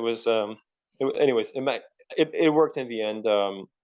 Managed to drop the bike at another guy's place, and then there was one guy with a motorbike, but he had was broken, and there was no fuel, so he had to take me to another dude who eventually took me to a guy who takes you to a guy who takes you to a guy who eventually has enough fuel to take you to where you want in exchange for cash. And he got me all the way to Munja, and in Munja there was a Salonga Park station where there was like 2 rangers who have a cabin there, like very rudimentary, basic cabin. Yeah. But there are 2 park rangers with satellite Wi-Fi. So I get there, and they'd heard from me from the guy in Monkoto, because he had told them, this white guy who was interested might show up, but they never thought I was going to make it. The guy was like, are the scientists still? So the guy in Monkoto asked the guy in Munja if the scientists were still in the area, and he told him yes. Yeah. But when I showed up in Munja, the guy said, "What? I never thought you'd make it here. We don't even come by land. Like we use a plane, or we use other means, but we don't." Like, he was just surprised. He sent a selfie to his friend in Monkoto, and the guy couldn't believe it. They thought I was crazy for having made it. And it was great to see him, and he gave me directions, and I walked another 20 Ks, and eventually I met the scientists, and the scientists were very surprised to see me. Mm-hmm. And they asked, who are you? But because you're in the middle of the jungle and they're from a foreign country, and you're also from a foreign country, you get along well because you're in this very rough environment together, and they feel sympathy for you and you feel sympathy for them. So you get kind of closer. Mm-hmm. And they said, yeah, sure. If you want to have a look at the camp and visit our station, you're welcome to come. And that's what I liked, because I'd done the work of going all the way there. I kind of knew deep down that it'd be unlikely for them to turn me down, because once they would see how hard it had been for me to reach them. I mean, it's not like they see tourists every day. They'd never see them. And then this Canadian guy with a backpack comes out of the woods to go and talk to them. Why would they? I mean, can you imagine? Like, oh no, what we are don't they want thinking? you to be around. Yeah, like, do you see what I'm saying? Yeah. Imagine they just went, nah, we don't want you here. You got to turn back. Like, they would obviously never say that, but they just must be so shocked to see someone with a backpack. Like, you can't even imagine what they're thinking, let alone what you're thinking. I can't imagine. Even to this day, I can't imagine. And you know what they told me? They said, when we saw you, we thought you were a fellow scientist who'd come in by plane to... They thought I was a fellow scientist, actually. Yeah. Like, they thought, like, when I saw... They told me afterwards, like, oh yeah, when we saw you, we were sure you were like another scientist that was coming to join the project. Because the funny thing is, they've now got a story that they'll probably tell forever. Like, we're working in the Congo as scientists, and then out of nowhere, this guy turns up with a backpack. Like, backpack in the Congo. That's their story now for like forever, isn't it? Exactly. And they were so happy, and we had a good time together talking, and it was great. And now the problem, I'll have to be honest here, is that by this time I was getting super sick. Like okay. Worse than Sudan, worse than everywhere else I've been before, because I was drinking the local water. Because yes, in theory I should have brought pills, I suppose, but I guess I wanted to challenge myself to the fullest, and that meant just drinking, like eating what the locals eat and drinking what the locals drink. That was my theory, and I thought whatever I get, I'll just take pills to treat it later on. Now, in hindsight, this was foolish, and if anybody attempts to do something similar, I would advise to, at the very least, bring some pills to clean the water, because I ended up having terrible stomach problems where I'd wake up in the middle of the night and I would have to go to the bush, and it Yeah. was just, I was, I guess, infected by Giardia. Do you know what is Giardia? No. What is that? It's a parasite in the water. It makes a lot of problems for your internal system, Okay. and it really. I was losing weight at the time, Yeah. and it's really bad for you. And I got it from the water, I suppose, and maybe other parasites that I don't even know that I had. But yeah, I was really weak, but I still got to see the bonobos, which was really surreal because they're in their wild environment. It's their Yeah. natural habitat. They're screaming, they're making their nest, they're eating, and you see them, and it's just crazy. And especially because this place is not a touristy place, so I felt so privileged to get to see those wild bonobos that nobody else besides scientists. I mean, the people who see them are people who study them, Yeah. and I'm Yeah. I'm privileged enough to see them. I mean, again, it's just great gift of the universe. I'm super thankful and grateful. I mean, for free, that is Yeah, incredible. exactly. That's the craziest thing, for free. Because I actually told the head scientist, I said, like, you know, like, should I pay something? Like, how are we going to work? And she was like, no, it's fine. Like, the project is funded by the Max Planck Institute in Europe, and one extra person for a few days. I mean, they have a food budget, but for a few days, it's not going to be uh, a big difference if I eat along with them. Their rations were pretty small, I have to be honest. Yeah. All the scientists there told me that they all lose weight because they're in the middle of the jungle, so they have a certain portion of rice, they have a certain portion of Okay. this, and Yeah. and they all eat local food, and I was very, I respect those guys and those ladies because they live in Spartan conditions with mosquitoes and malaria around. Like, I'm traveling through, but I'm just there passing through the country. Mm. But then some of them are staying there for like a whole year in the middle of the humidity, no contact with their family. They can't even call their family or their friends. So for one whole year, zero internet, zero communication with your home. I mean, that's pretty tough. Yeah. Yeah. That's insane. Yeah, like not even weeks or months. Like some of them, if they're staying for 12 months, that's 12 months with zero contact with. I mean, I guess occasionally they can go to the park rangers' satellite Wi-Fi. So I suppose Yeah. if they do go there, yes, they can have a bit of internet. But they go there maybe once every 2 or 3 months at most. I'm not sure. So Hmm. it's still, and it's like one day, and then they have to go back. So it's really, really hard. And yeah, they were inspiring. There were young people from different countries, India, the Netherlands, Ecuador, and South America. So it was very, very variety of continents. You had Asia, Europe, Latin America, and they were passionate, and they were studying the wildlife and the flora and the fauna. And it's a paradise because it's no poachers can go there, so the wildlife is intact, and you can see like flying squirrels around you and Wow. stuff like this. So great, Yeah. Yeah. yeah. It was a highlight. If you were to ask me, it was definitely a highlight. But it's one of those highlights where it's type. Are you familiar with the different types, like type 1 fun and type 2 fun? Have you heard of this theory? No. So like type 1 fun is it's fun in the like you're eating chocolate. It's fun Yeah. and you feel it while you're doing it. And Yeah. type 2, you while you're doing it, you don't. It's like a workout. You're doing it and it's hard and it's kind of painful. But then Right. afterwards, you leave the gym and you feel better. Hmm. So Okay. at the time it was painful, it was hard, it was logistically hard to get there. I was sick, I was very ill, very my health was in a dire state, so I wasn't enjoying it as much because it was just so hard to like be there and keep myself together in terms of my health. Hmm. But looking back and seeing those pictures and thinking back at those memories and the experience, I can appreciate how great it was. Yeah, because you mentioned your notes, you were starting to feel like proper sick now, weren't you?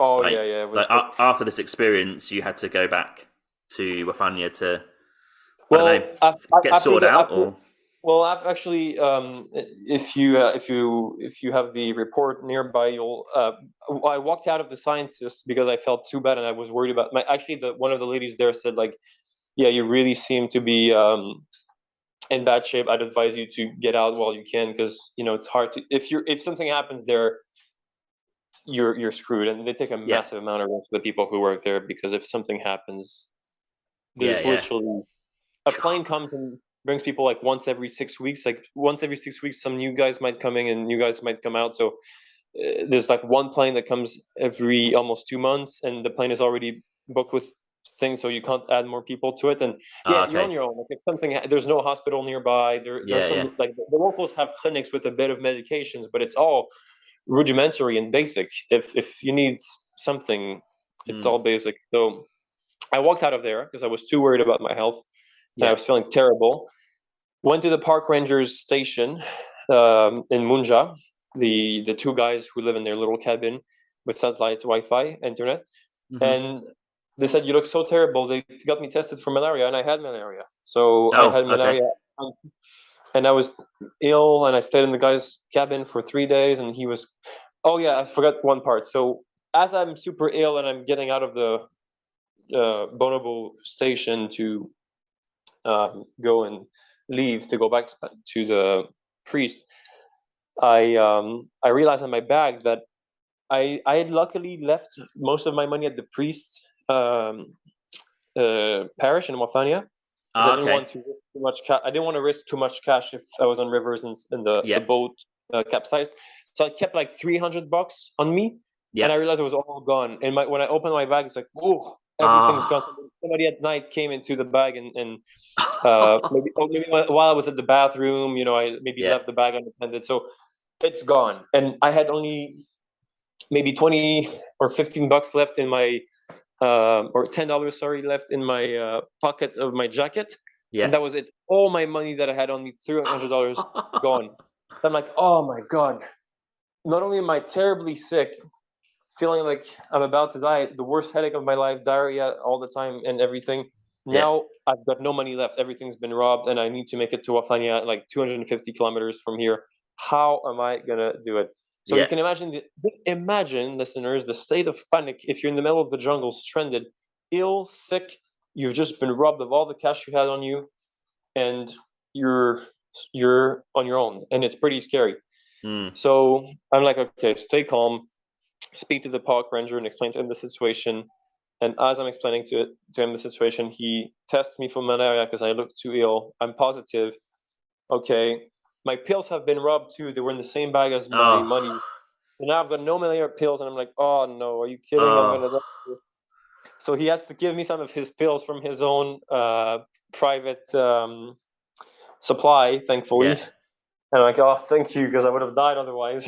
And then, but to be fair, though, so I had malaria pills because that's the one thing I did have, Yeah. because I learned in Sudan you do need to have them.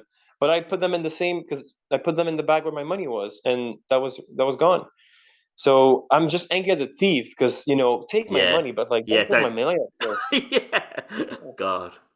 Yeah, like I Savage. get I understand he wanted to like steal from me, but at the very least leave my pills, man. Like you know what I mean? Like, let me live. But he probably needs them too because he's probably sick with malaria half the Yeah. time. Yeah. So it's like, oh, terrible. Stay in the guy's house, and it was bad. Like I would wake up at night with nightmares, and I would sleep, and then the guy would come and like apparently I was screaming during my sleep because the malaria was so bad it makes you almost delirious when you have Yeah. a really bad malaria. He was getting nervous I was going to die. He was like, you need to talk to your parents because I'm really concerned about you. So use the satellite Wi-Fi to message them. He's like, the pill's not working hard enough. I'm going to ask the nurse to do injections. And the nurse, he was a drunk. He couldn't really do his job Oh. properly. But he would Yeah. come in like totally wasted in the room to talk to me, and I'm like, oh, can you just leave me alone? It Yeah. smells alcohol. Like he comes to you, and the breath smells like he's intoxicated. So it was a disaster. But after a few days, I felt better, and Okay. I recovered. And I was like, okay, I need to leave now before I get because your health can come and go. And I was like, now I feel better. Now's the time to go before it hits me because I want to get out of this place and get back to civilization. Yeah. Um, so then we have to agree because I don't have any cash on me left, except a few dollars that I need to keep for the river crossings. So I tell him, look, mate, we've got two choices here. Either I walk all the way back to Wafanya, but I'm still recovering from my diseases. I'm terribly ill. I'm probably going to die on the way, and I've got no money left. Yeah. But I can try. Or you trust me, your friend who's got a bike takes me as far as he can with the bike, and then I'll continue on foot. And then once I get to the priest's church in Wafanya, I'm going to give him whatever money we've agreed on that you want to give me, and you'll be passing down in that area at some point, so the priest will give it back to you. Yeah. So at first he's kind of skeptical because, in that society, people cheat a lot and they lie a lot to each other, and people often give loans and they don't pay back. But I really insisted to him, look, I'm a foreigner. My word is my word. If I say I'm going to pay you back, trust me, I will pay you back.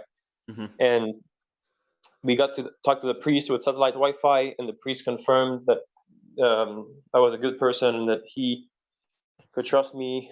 And turns out that the ranger knew who the priest was. So he was confident enough. He said, okay, fine. We agreed on a price. And I left with his personal driver. And this was his only motorbike. So he said this was his only bike. And if something happened to that bike, he was screwed, because that was his only bike for him to get around in the jungle. Can you believe that? Like, that's how bad their conditions are. He's a park ranger who works for a government-owned park, and their resources are so thinned out and scarce that the guy has got one functional bike to get around. And it's like, I'm going to trust you while you're leaving, but if the bike breaks down or if something happens to the motorbike, he's going to be screwed with no means of. He's going to have to walk on foot everywhere to go around the park. So we go there, and it's just so tough because you have to lift branches that have fallen, and there are so many obstacles, and it's a terrible trail.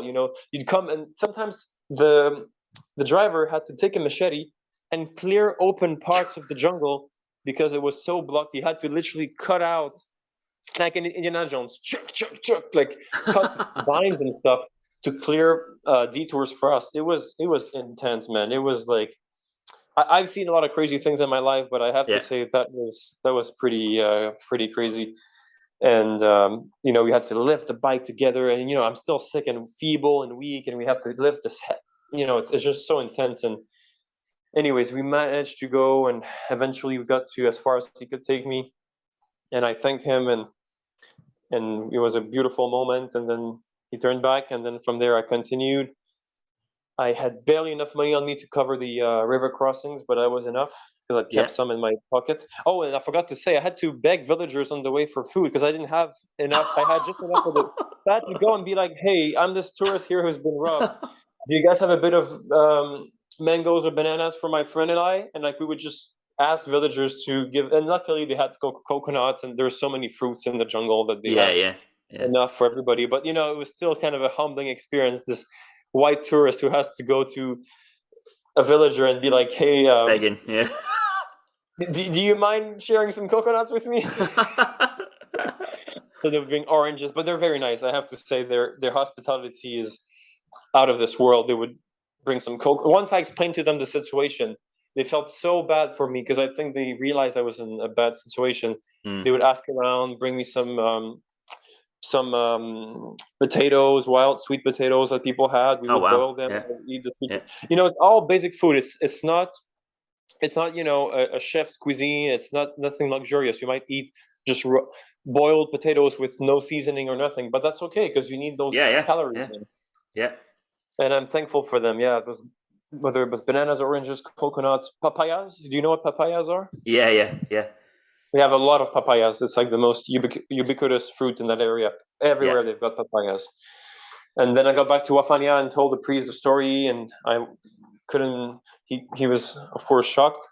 And I looked, and my bag where I put it inside his room was still there. So the money that I'd kept with him was safe. And that shows the amount of trust that I had in him, because I had to trust him with $1,600, and I knew he was not going to rob me. So it was pretty.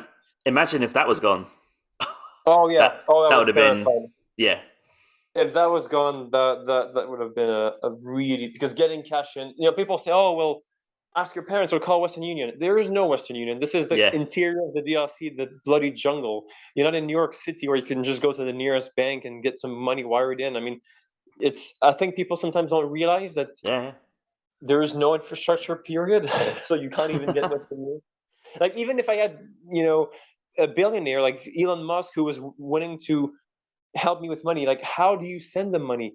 Like Yeah, exactly. Yeah. you can't just send it with a pigeon. You're gonna have to get the money to me. It doesn't matter if you have millions to give me. How do you get it? Yeah. It's the yeah. So it was wild. And you did recover. Oh yeah, so I took some. The doctor there. I had infections on my legs and my foot and blisters that were filled with pus. And the doctor at the Wafanya clinic had to surgically remove some of the blisters because they were so infected. I couldn't even walk anymore. I was Oh wow. like limping. I couldn't walk, so he had to cut out some infected wounds and blisters. It was really bad. I think what it is because I've always lived in an environment that's not very humid. That's sort of a northern climate in Canada. My body wasn't used to being in so much humidity and heat. It's not just the heat; it's really the humidity. Because Hmm. heat is one thing, but you can be in the desert and it's hot, but it's dry. But in the forest, it's so humid that it's the best environment for bacteria and for things to proliferate on your skin, right? Because you sweat a lot, Yeah. and it's just perfect for that. And if you're not used to it, if your body and your system isn't used to that, it can be a challenge. Yeah. I think that could be just for any environment. Not even as extreme as that. I mean, even here, like in Middle East, I've struggled with my stomach stuff. I don't know. I don't really know why, but I think it's just maybe a hotter climate. The food tastes a bit different. Probably has different bacteria. Not as extreme as where you were in the Congo, but even as basic as that, the body needs to adapt. Right, right. The body needs to adapt, and it takes time. And if you're going right in with no adaptation, I think it can be a shock. Yeah. Yeah, because I would take showers, with the water that they had, but even then, I mean, of course, it's a bucket shower from like river water that they Mm. they found, so it's not even really clean water. It's just whatever people can get their hands on. But even with a shower, it didn't feel like I was washing myself, even if I was using soap. Ah, It yeah. still felt, Yeah. it still felt like you're so dirty and you're so soaked in your own sweat. And yeah, if you haven't grown up in that environment and you're not used to it, I think it can be harsh for the body and the system to and also you're exposed to new germs that maybe your Yep. body isn't used to, like the local flora, the local environment, the local microbes. So yeah. Yep. Yep. And also a question actually I need to ask. Did you ring your parents when he advised you to, when you're really ill? Yeah, I send them a message on Messenger.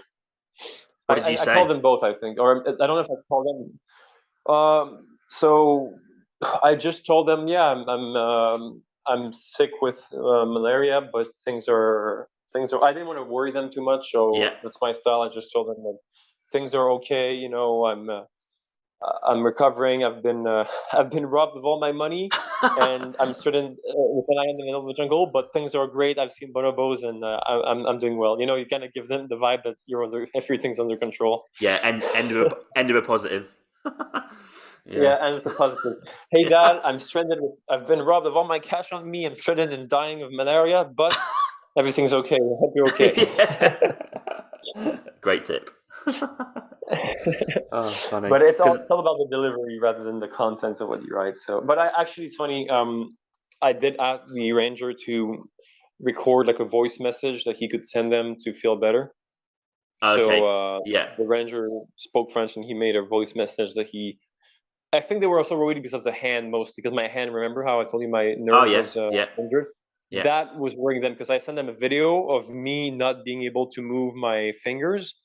Right. And that really worried them because they were like, oh yeah, you're really in bad shape. So they were definitely worried, but you know, I didn't want them to be too stressed, so I kept myself calm, and I gave them the impression that things were okay.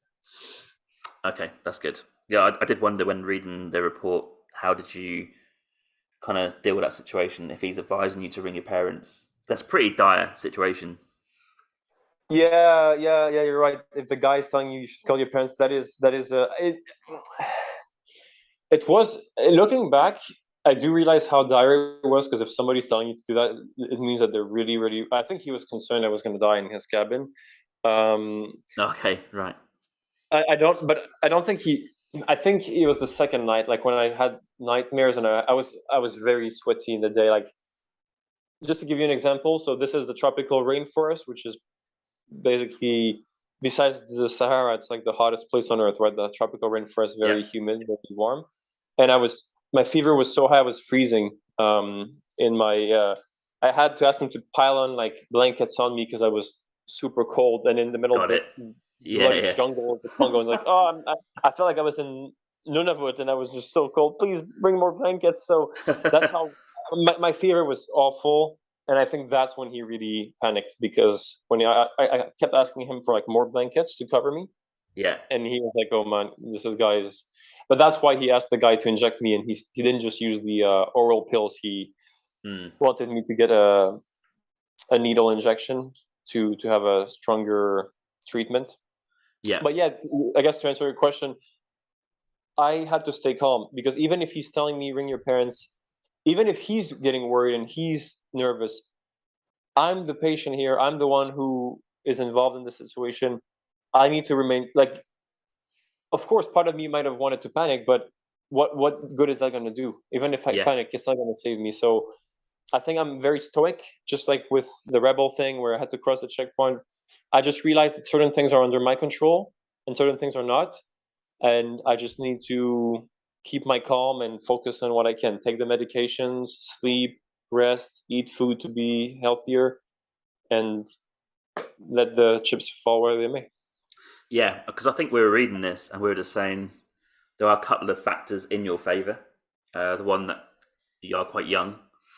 You've got some medication on the go. I think if you've got medication, some sort of medication, and you're young and relatively fit, you've got a chance. But I think if you're a bit older and a bit more frail, it can probably be the Right, other way. So I think you had a chance. right. But I think it's also I took the medications as soon as I had the symptoms, Yeah, so that helped. But also, yeah, I'm not sure. It's strange. I guess what you're asking is why wasn't I more worried? Maybe in the moment. yeah, a little bit. Yeah, yeah, Yeah, yeah. It's. I mean, I think it's when you're in those moments, you're not even thinking clearly. Because I remember talking to my brother on the phone, and I was under the effects of the anti-malaria drug, yeah. and he told me that I sounded like I was not sober, like I was Okay, bit drunk. intoxicated. But I think the Yeah, drugs are so powerful that you don't even fully realize what's going on. Like your brain is in a different sort of mind and state of mind. yeah. Okay, interesting. So So, yeah, I think it was just I, I was daydreaming. but you did recover, and you made your way via a few places, Yeah. Boend, and then Ikela, and then finally, obviously not finally, but obviously next place is Kisangani, which is a major hub, I'd imagine. Right. So yeah, it was yeah, from Mofania to Buende, just getting bikes was tough, things breaking down, but eventually got it to Buende. Once I was gonna get to Buende, I wanted to give up because it was just too hard. Like I just Oh, really? it was just Okay. tough. I was like, oh, I want to give up. Yeah, Yeah. but I mean, like I said, when I was limping and the doctor Yeah. had to, you know, I was just covered with infections and it was tough. And I was like, oh, even sitting on the bike was painful, right? But I was like, no, like you've set that challenge, you got to do it. And if I had wanted to quit, I could have taken a flight back to Kinshasa where it started, but I could. There was no flight to Kisangani, so there was no flight eastward, only westward. Oh, okay. So I was like, oh no, I'm not going back to where I started. I've already done all of this. It'd be Yeah. such a shame to Yeah. go back to. So, but also I recovered. I said, look, just take some days off in one day, recover, sleep, eat, and don't do anything, and just take a few days off, and you'll feel better. And sure enough, I did feel better. Yeah. I regained my energy. and then I managed to make it to Ikela, but that was a very tough 4-day trip with two very nice local civil servants that were traveling with their bike, and they took me along. I gave them cash, but they took me with them. And again, that was also tough. Sometimes there are barricades where villagers block the road and ask people for cash. And like I said, it's the law of the jungle. It's power versus power. Yeah. And you have to talk your way through those checkpoints. So it's just so many challenges. There's the physical challenge of just being in the heat of the jungle. There's the health challenge of being sick. And there's the food challenge of finding food that you can eat that's healthy for you. There's the psychological challenge of having people block the road and ask you for cash, basically extort you. It's all of these things combined that add to the difficulty. If it was just one of them, you could tackle it. But because it's all of them together, it really it really adds a lot to your psyche. And I will say, I can see why a lot of people think that they couldn't make it, because at times it takes every ounce of courage that you have to push through.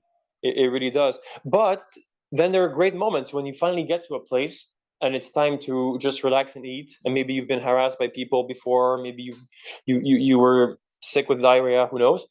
And then you get there and the guy brings you the tastiest pineapple you've ever had in your whole life. And it's just it melts in your mouth. And to this day, the best fruits I've had were in the DRC. The best bananas. It's so, I can't even describe it. If you ever happen to go there, you'll understand. It's nothing like what we have in our stores. It's all grown locally in the forest there, and it's right by where you are, by the trees around the road. And the pineapple is just so sweet and soft, and it doesn't taste acidic at all. Not like what you get in the stores where there's an acidic aftertaste and it can hurt your teeth. It's just pure delight. And so a small thing like a great pineapple can make your day, and you appreciate the small things. You're like, some calories, some sweets, I love this. Well, I think from being almost at death's door, I don't know how close you were, or how close you think you were, to maybe like almost not fully recovered, but recovered enough to walk around and eat a pineapple. That's quite a big contrast, isn't it, over a small amount of time? Like I think it's when you get to that end point where you can just walk and get a pineapple, like that's a long way coming from laying in that guy's office when he's telling you to ring your parents. That's quite a long, big jump. That. Yeah. I think you're right. You go from such a low abyss. That in comparison, anything becomes glorious and becomes And I think that's a great life lesson that I learned. It's almost like a philosophical insight that it's paradoxical, and I know people may not like to hear that, but sometimes the more you suffer, the more you learn to enjoy. Like, I think if you don't suffer in life, it's harder to appreciate the good things and the beauty. Like sometimes it's good to have it easy, but if you have it too easy and you don't have enough lows, you might lose perspective. And you don't need to go as far as where I went, where you're almost dying and somebody's telling you to ring your parents. Of course, that's very extreme. But the point remains: if you have those lows, then the smallest high will have a big impact, and you'll really feel it. And like you said, just after barely being able to walk and laying there almost dead, getting some pineapple was like if you'd brought me $1 million. It was like that. Yeah, absolutely. Like just basically one end to the other. It's pretty incredible that you carried on, because the easy, or some people might say the sane answer would be to try and at least get back west by some sort of transport. Yeah, I think that's a good point. Do you think? I mean, this is of course a hypothetical, but like in your case, if you think you may have considered flying west, even if that would have meant going back to ground zero, to where you started already? I think if I went through what you went through with the malaria and all that sort of stuff, I would have probably said, that's as far as I'll go. I'll take that. That's not a bad journey. I think I would have done that. But that's just me. And I think I was really near that point, and that post Bonobo experience with the disease and everything, and it was really the worst I'd ever been in my whole life health wise. And I'm a pretty fit Yes. guy normally and stuff. Like I used to do cross country running, and I was, I've always been quite athletic. But yeah, it was just terrible. Like But purely based on health more than anything else. I think, yeah, not like just I fancy a bacon sandwich. It's more about like I've been through almost death. Like I just need to go back and recover. Um, hmm and just take what you've done. I think I would have done that based on health. yeah, I agree, and I think what's strange is that my health would come and go. So it would be Mm. really bad for a while, and then I'd feel better, and then I feel better for a few days and feel like it would come and go. I'm not sure if it had to do. I was on antibiotics, and the guy had given me some medications to take, and but I think that's something I learned from this. And this is really not to sound. I'm trying to stay humble here, but after getting some feedback on the story that I wrote, that I shared with people, a lot of people have told me like, "Wow, like what's most impressive about it is the willpower." And Yes. I'd never fully realized this about, like we don't. Sometimes you take things for granted, and I'd never really realized that maybe that's something that I suppose it's a defining characteristic of myself. That willpower to just say, okay, you've set that goal, try to carry through, try to reach it no matter what. And yeah, it is, even now telling you the story and reminding myself of all the things I've gone through. It's almost astonishing. I can't even understand how in the moment I had the willpower to carry through. But I think I just had that dream of, I want to make it to Kisangani overland. I want to tell myself that I didn't fail at the goal, and like I just want to do it. Like the dream of overlanding this, even though there was no monetary reward, there was no prize, there was nothing at all except for myself. It's almost like I wanted to prove myself that I could make it. Yeah. And what was your feeling when you got to Kisangani? So so once I got to Kisangani, it felt like a relief because I'd accomplished what I wanted to accomplish. Yeah. But because I was so overwhelmed with all of those things, and even going to Kisangani, there were more problems with checkpoints and stuff. It'd been so much and so overwhelming that I couldn't even process, because I got to Kisangani hoping that it'd be a bit like Kinshasa, like they would have supermarkets and Mm. it would be a developed city with good infrastructure. So my hope was, oh, Kisangani is like the cherry on the cake where I can, finally get out of the jungle and enjoy. And I get there and I realize the city has no electricity because the power station broke down. Like zero electricity. They have to use generators, fuel generators, a Yeah. few hours per day. The running water comes a few hours per day. Sometimes it skips days. So like there's no real running water working except for a few hours here and there. People have to store it in buckets. There's no electricity. You have to pay guys who have generators to charge your phone. There's no real supermarket. There are a few convenience stores with some goods that come from Goma. So they do have some canned food, Mm. some cheese from Goma, some sausages, some some products, of course, that are nice to have, but it's mostly convenience stores. They don't have like a proper supermarket with the goods that you'd want to have. Yeah. So it was a bit of a disappointment because I was like, oh, Kisangani is finally where I get my luxurious hamburger, and like I just wanted a pizza. I just wanted, Yeah. after all those after basically 2 months of eating cassava, which is the main staple dish, and cassava is it's kind of like a potato sort of. Okay. So after 2 months of eating cassava and insects and local food, I just wanted, my dream was a burger. I couldn't. I just dreamed of, or some French fries, or it could be some pizza, whatever you want, something Western. Yeah. And I get there and like, okay, there were some sausages, so I got some sausages and some cheese, and that was my treat. But overall, Kisangani, yeah, was disappointing. It wasn't the big resting place where that I thought it would be. However, the real highlight for me of Kisangani was the person I met there, and that was in one of those convenience stores. And I ended up meeting. I go into a convenience store and I see this elderly white man, and I'm surprised, and he's surprised to see me, and we start Yeah. chatting. Yeah. And it turns out It's an Italian missionary who came to the DRC in 1981. So he'd been there for 40 years. Yeah. He'd left priesthood after 2 decades, and he started a more like secular life and he'd married a local woman. And he has the craziest stories. He went through 2 wars in the DRC. Rebels tried to kill him. He had to hide in his church and all sorts of crazy stories. And and he's like, well, I never see tourists. I can't even believe. I'm like, I tell him, by the way, I came from Kinshasa overland. He's like, what? Are you serious? Like, this guy couldn't believe it. He's like, are you? Like, it was impossible for him. He thought it was a joke at first. So when he hears that, we exchanged numbers, and in the evening he invited me to stay at his place. What a lovely guy. He invited me to his home, and I told him, like, I don't want to stay too long. I told him, like, I just want to stay, maybe 2-3 days, because I don't want to abuse your hospitality. But I think he could see how broken I was at that Yeah. stage.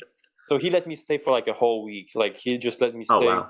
Yeah. And he would he had very good food. Like, his wife would cook Italian food. Like, they had the ingredients that they would get from the convenience stores, and they would manage to cook.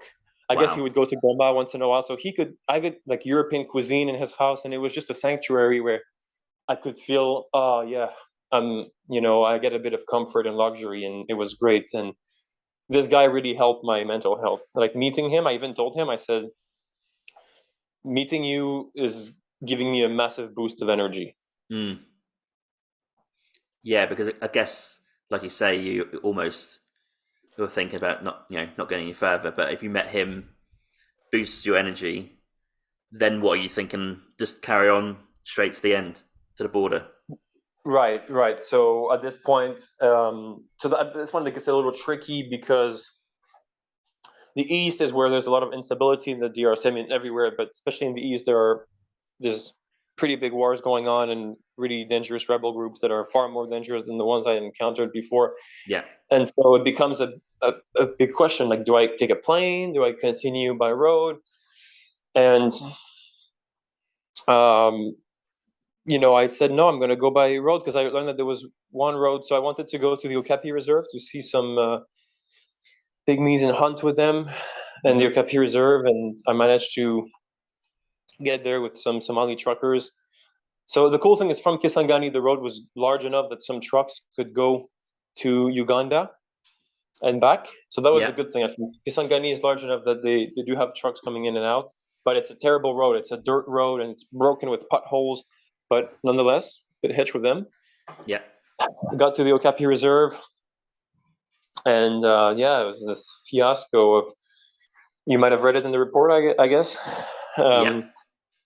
This Afghanistan thing comes back, because Jeff Semple from Global News, who'd made up the story that I'd been arrested on suspicion of being part of ISIS, which was never the case. It had nothing to do with ISIS, but he'd put that in the news, and it was on the internet. And when I went there to ask the Okapi Reserve if I could hunt with some pygmies, they Googled my name and they saw that, and I ended up getting.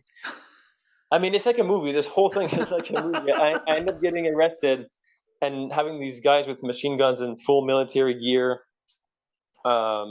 search my bag and completely search it, and put me under quote unquote house arrest in my hotel room. Like, they were sitting right outside of my hotel room, not letting me go with guns. I had to ask permission to go to the toilet. And just pause and think. Imagine, listeners, that you are in a hotel room and there's 2 guys with machine guns controlling your movements and not telling you what's going on. And you're asking them if you're under detention. They don't answer anything. You don't know what's going on. You don't understand. And they're telling you that they're getting orders from. I could see they were on the phone, and this was getting a big thing, and people were getting involved, and this was getting out of hand. So I tried my best to understand. They wouldn't help, so I just talked to the Canadian Embassy. I mean, the emergency response unit in Ottawa, just to inform them, here's my name, here's what, just to let them know. I knew that they couldn't do much, but I wanted to let them know, if something happens, at least I want my parents to know. Like, if these guys decide to shoot me or whatever, you don't know what's going to happen. At the very least, I want people to know what happened. And because they can make up a story. They can say, oh, this guy broke his neck on a bike accident. They can just say whatever they want. So I thought, if I put it on record and I tell them, at least they know where I am. They know what's going on. So whatever happens to me, people will know what happened. Mm-hmm. So I informed them, and then the next day, they bring me to the commander's office, and yeah, just more. I mean, I did. There was your podcast online, and there was the BBC interview, and there was all of these things that were there to prove that I was just a tourist. But I guess they were so afraid because there is an Islamist group that's not far from that area called the Okay. ADF, and they're linked with ISIS. They're like Mm-hmm. a local African Islamist group, the ADF, and they operate a bit east of that area. So they were really scared because of that. They thought I was maybe linked with that Islamic rebel group. And yeah, eventually I asked, can I leave? They said, no, you can't leave because now the governor wants to meet you, and this was getting out of hands. And I called the embassy, and I basically played them against each other. So I told the embassy that if they didn't do something, that I was going to inform the media. Yeah. To put pressure on them. And then I told the police guys that if the embassy was really worried and it was a big situation, and they really had to let me go, otherwise their face would be on the news, and just kind of play them. And then eventually, after a few days, I got the green light to go. But it was annoying because I had already all this. I mean, just pause and think of everything we've talked about today, like all the disease and all coming. Yeah. Everything I'd gone through from Kinshasa, the rebels, the boat, the shipwreck, the mud, the swamps, all the bonobos, and the corruption and all of that, and you end up being treated like a terrorist in a reserve that you're trying to visit as a tourist. It was really tough for my morale. I would say even more tough than the malaria. That was really the low point for me. Really? Yeah. Oh, wow. Yeah, because I'm here trying to visit after everything I've done, and I'm being treated like a filthy criminal. Like it's like the malaria. I'm not angry at the mosquito because I understand it's true. But there, I'm like, you guys are insane. There's a podcast by James Hammond. You can go online and find it and solve this within 30 minutes. Why are you making it was more like the incompetence that annoyed me. Yes. And the fact that they couldn't realize that I was, it was just, anyways, Jeff Semple is really, I emailed him in January asking him, or in December, can't remember, a couple months ago, I emailed him to ask him if he could take it down. And I told him all the story, and I told him, this is what happened to me in the DRC, and because of your story, I was arrested, and yada, yada, yada. Like, can you take it down the video? It's causing real problems for me. And he didn't even bother to reply. Yeah, that guy's got a lot to answer for. I don't think we touched on it much last time, but when I was reading that, like, that's just so irresponsible having that online, isn't it? Because the problem is he could take it down, but someone could copy it or whatever. It's just unfortunately there in the sphere of the meta universe, really. But yeah, that's just an awful. But awful he has a lot to answer for, and I'll see what I'll do. I'll think about things later on, perhaps. But at the very least, he should reply to my email. At the very least, if you're listening to this, Jeff, I don't know if he's going to stumble on this, but if he is, like, I've asked you by email to take down the video. You know that I'm a real tourist. You've already understood the whole situation, and you understand that the Taliban never arrested me because they thought I was ISIS. You've never provided any evidence of that whatsoever. In fact, the Taliban themselves have said that it had nothing to do with ISIS. It was because they were suspecting me of being a spy or a missionary. They didn't know who I was. So this thing is, anyways, it's a big can of worms, but for sure it caused a lot of problems for me. Yeah, it's unbelievably annoying. But luckily, you did get out of that situation again.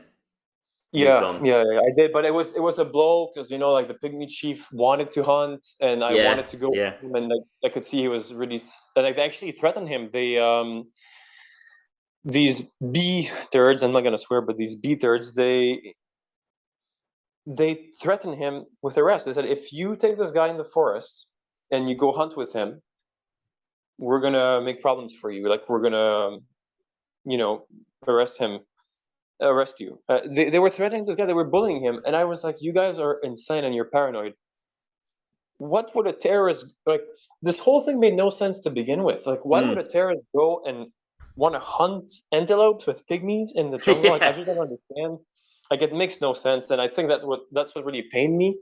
It was that I could see that humans, they can really be irrational sometimes, and that really disappointed me. Yeah, and we come to another guy that you meet called Maxime.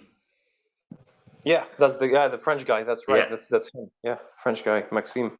Yeah. So he seems an interesting character, doesn't he? Well, he's kind of the culprit because he was the one. It wasn't the locals. To their credit, it was not the locals who were driving the story insane.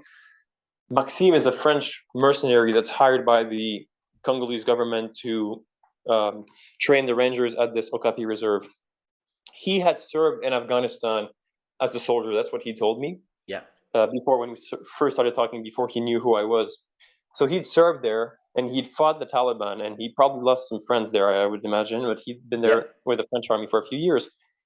And so what I think happened is that once he saw the story, yes, there was the Jeff Semple thing with ISIS that probably got him really worried. But on top of that, I think he just wanted to, I think he was shocked that I'd gone and met people that he'd fought against, himself as a soldier. And I think he just wanted to perhaps, I don't know, avenge some of his lost comrades, or maybe there was some emotional baggage there. I'm not sure exactly what happened, but I think there was a bit of a revenge thing going on, because the locals told me, like, everybody was gossiping and I could hear everything because everyone was talking to me. And what I figured out was he was the one with the good internet connection to even look me up online in the first place.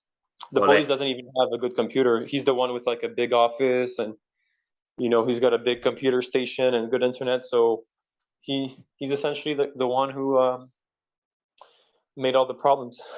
Yeah, because I think he was like the focal point of that story, because people might think, oh, how do they even know about Afghanistan? But like you say just there, like, he said he fought there, he probably lost a few of his friends. And imagine, not just him, but imagine people like him who fought over there, and then 20 years later they just walk back in, and they see a guy like you just go and sort of be okay with them. It must be quite a weird feeling for them, almost like what they'd done was pointless, which it was, but must be a hard feeling to have.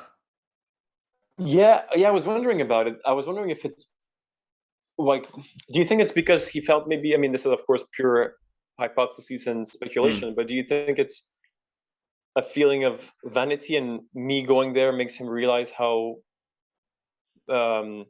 pointless his fighting was? It's a tough one. Like, why would psychologically somebody do that? I tell you what, I'm no expert here, and it's only speculation. Because when I read that, I was like, this is what I think he might be thinking. I don't actually think it's personal to you. I think here is a guy who obviously served his country, lost some friends, and has now seen a guy travel there with people who he fought against. And there's a sense there that, oh God, like, you actually traveled there, was it 3 months or 10 weeks in Afghanistan?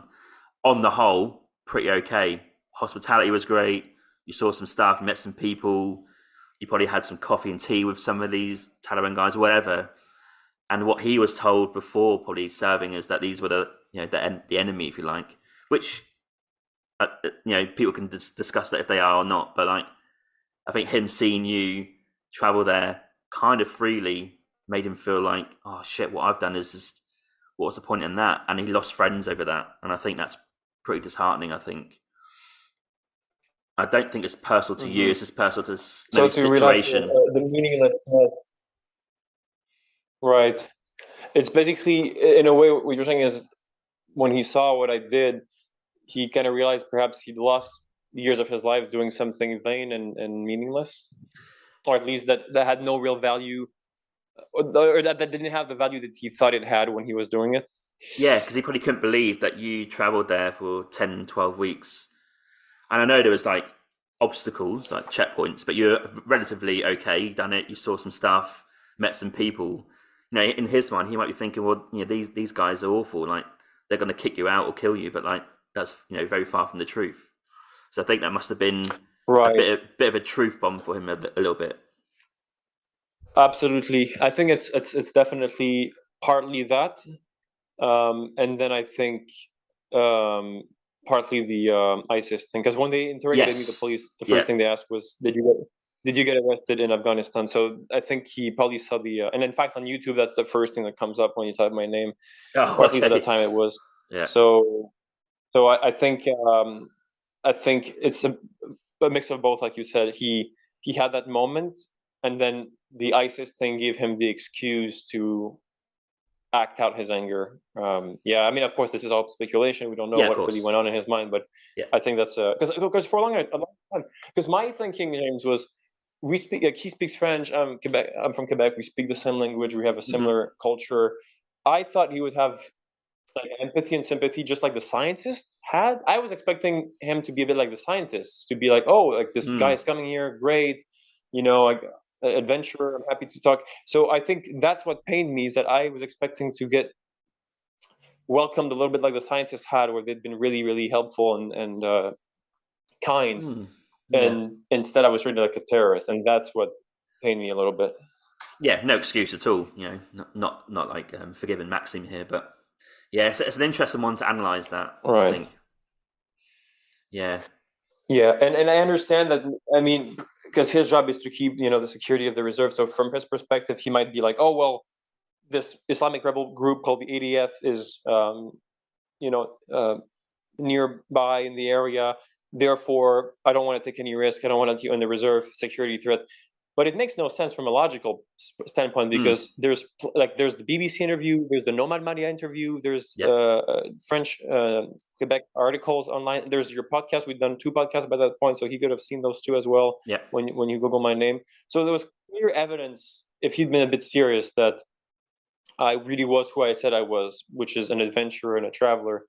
And anybody with good faith who listens to any Yeah. of our previous podcasts, the first or the second, will clearly see that there was nothing to worry about. So I think, I think you're right. I think he a fuse went on in his mind when he saw that, and yeah, it was really a very low moment. It was physically much easier than the malaria or the disease that I'd had before, but Yes. emotionally it was crushing. I remember that it was, especially because it was at the end of the journey, and I was looking at the Okapi Reserve as a small reward for my journey. It was a, a main site that I wanted to visit on my way out of the country. Yeah. In fact, it was like the last real touristy place that I wanted to see. Mm-hmm. So I was looking forward to that as my little reward for having made it so far. And then I was denied access. And even when they freed me, they said, "You're not gonna." I said, "Well, now that you guys have freed me, can I go in? Can I Yeah. do the hunt?" Yeah. They said, "No, you're not allowed." And it was just frustrating. Yeah. Yeah. Anyhow, it is what it is. I mean, I guess I learned from the experience, but the cool thing is I went north to Isiro, and then east, and then from there I met I said, okay, well, they don't want to help me, the reserve, whatever, I'll do it on my own. So I just stopped at a village and I asked around if Mm-hmm. somebody could show me some pygmy settlements, and then one of the pygmies agreed to come with me to the forest, and in exchange for a bit of money, he showed me how he collects honey up in Oh, the nice.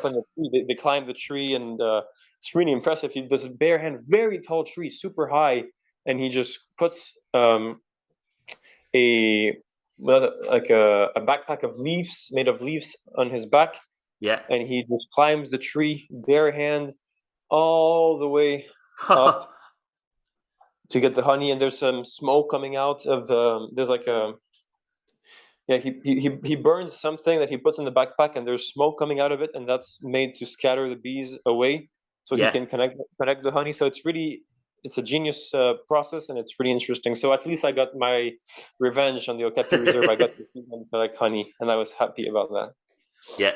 Another thing ticked off, and at least you got to see that, because then Yeah, if you got to and it's Uganda, really then really obviously, yeah. impressive. Like, it's really impressive. I mean, people who do rock climbing, they use most of them they use security or ropes and stuff, and this guy's just climbing this tree and hanging on to vines like a movie, and like like a Hollywood movie. He's climbing, and he's not even scared. And I spoke to the non-pygmy Congolese around, and they said, "We're not even brave enough to do this. We're too scared of death." But they're very agile. They're shorter frames, so they're lighter, and they're able to move around, and they're very gifted. Yeah, very impressive. Nice. And after that, was that kind of just making your way to the border to Uganda? Was that the main last thing you did? That's right. That was the last real thing I experienced before making my way out. I mean, on the way you had people who may have thought I was like one guy in a town thought I was a mercenary. I mean, I've skipped over a lot of encounters with local authorities that Yeah. were always sour, but it would be pointless to just repeat them after. But I've gone over plenty of fights that happen with the local authorities. But I think for the purpose of the discussion, I don't want to just focus on the negative, but definitely, um, it was painful. I mean, even walking out of the Congo was hard because they were threatening to arrest me because they said my visa had been given in Burundi and I was not a resident of Burundi, and therefore Oh God. I've been illegal. And I'm laughing at them at this point. I'm like, you morons! I've been in the country for 3 months and they let me in and it's perfectly legal and the visa was given legally by the embassy and you're just looking for an excuse to harass me. And Yeah. I was just laughing. Like, I'd seen rebels. I'd been arrested as a suspected terrorist. I'd had diarrhea, malaria, broken hand, everything you can think of. I was not scared of those guys. Like, at this point, they were threatening to arrest me, and they had no idea that I just come overland from Kinshasa, 3,000 kilometers away. They did not understand what I'd been through, and I was just laughing at them, threatening me with their little arrest as I'm almost out of the country. Mm. And I'm thinking, you guys are fools. You have no clue what I just went through. You have no clue what all the obstacles that I've had to overcome to come here. And they thought they were going to scare me with their threat of arresting me, and I could just laugh it off. And what was your feeling when you got over to the border? Relief. I saw the. By the way, just for the info, I played the recording of the priest when they were Oh yeah. threatening with Yeah. and they were like, "Oh, we don't care about him. He's not our boss." They were just being nasty and just being ill. I don't know. It'd be for another discussion another day. But there's definitely a lot of resentment for legitimate reasons in the Congo Mm. against Yeah. Yeah. outsiders, and I understand that, but I think it's channeled at the wrong people because I'm just a traveler coming through. I'm not responsible for the politics of the place, or I'm not the owner of a mine. I'm not in a position of power. I'm just a random guy. So I think it's undeserved. Like, they shouldn't channel their anger at me. I understand their anger, but they shouldn't channel it at me. Mm. I'm not the Not a one. politician. Yeah, no politician Yeah. exactly. But yeah, my feeling was relief when I mean, they even asked to see my vaccination cards on the way out of the country, which is never. I mean, normally people ask you that on the way in, right? Like, okay, I can see why they would ask on the way in, but not on the way out. You're leaving. But do you know why they do that? Just in case you forgot them or you lost them, then they can ask you cash. So Cash. it's a Yeah. way, Money. another way to bribe you, to get a bribe from you. I say, how much money did you have left walking over the border? Um, I honestly can't remember the exact number, but Mm. must have been. How much did I have left? I think at least 1,000. Oh right. So Wow. yeah, I don't Yeah. I don't remember the exact number, but it was the expensive thing is the bikes and the fuel, because the food is not expensive whatsoever, Hmm. and for sleeping, in the jungle, you can always find space somewhere. If you got a sleeping bag, like, people are very accommodating, and it's not going to be expensive. You don't have to get a 5-star hotel, so it's pretty cheap. Even if you give them a donation, it's going to be cheap in the long run. So the real cost is fuel and transport, because Okay. that's hard to get. And when you do get somebody with a bike, they have all the negotiating power, and they can ask whatever they Yes. want. And Yeah. that's the thing. The real cost is the transport cost.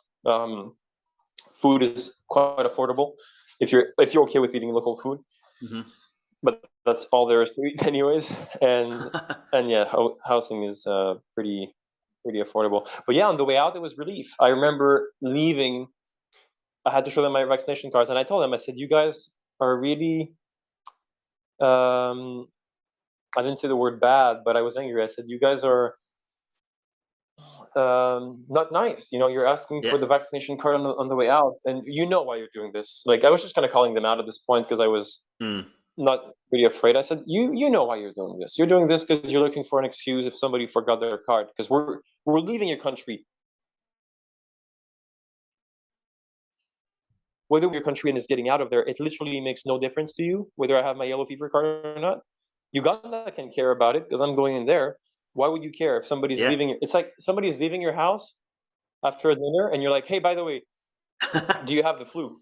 Well, you're leaving the house. What the heck?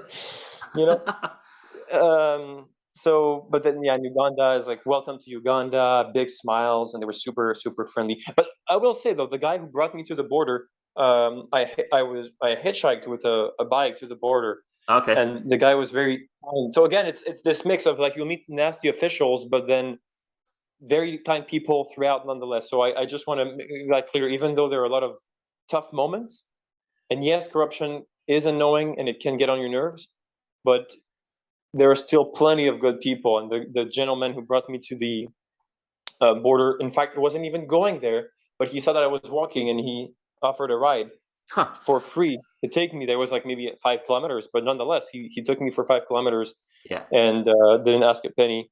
And it was a great guy. So I just want to make that clear, that it's this constant mix of good people and bad people, but it's not just one picture, not one black and white. And then in Uganda, they were happy to see me. Totally different mood. It felt like I was on a different planet, much more laid back, much more relaxed.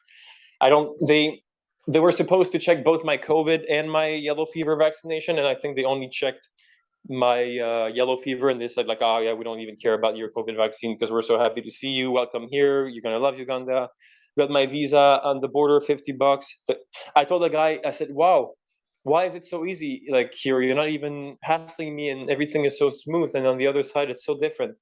And he said, well, yeah, we don't understand them either. Even when we deal with them, it's always problems. And we hear complaints from truckers. So even the Ugandans, the Ugandans themselves were like, yeah, we have problems with them too. We don't understand them, but welcome to our country. So being in Uganda felt amazing. The mood lightened up. Everything felt better. Everything felt better. And very hard to summarize in a few sentences, but any sort of final words for people maybe thinking about doing this type of trip into Congo? Okay, well, I would say, okay, well, I'll give some practical tips. If you can learn some French, because I think it's going to give you a better experience, you'll get to talk to people and people who can help you, and it will be very useful if you speak a little bit of the language, especially if you're planning to do it overland. You'll just get more out of the experience. That's the first thing. The second thing is really the fear. There are going to be moments when you're afraid. If you have somebody, because I forgot some moments where I would have between like Ikela and Kisangani, there were moments where I had armed soldiers asking me for cash, like at the corner of a jungle path. Yeah. And they've got machine guns on them and they're asking you for cash and you're alone. And just be confident. Don't be overconfident, but never show that you're afraid. Learn to bluff.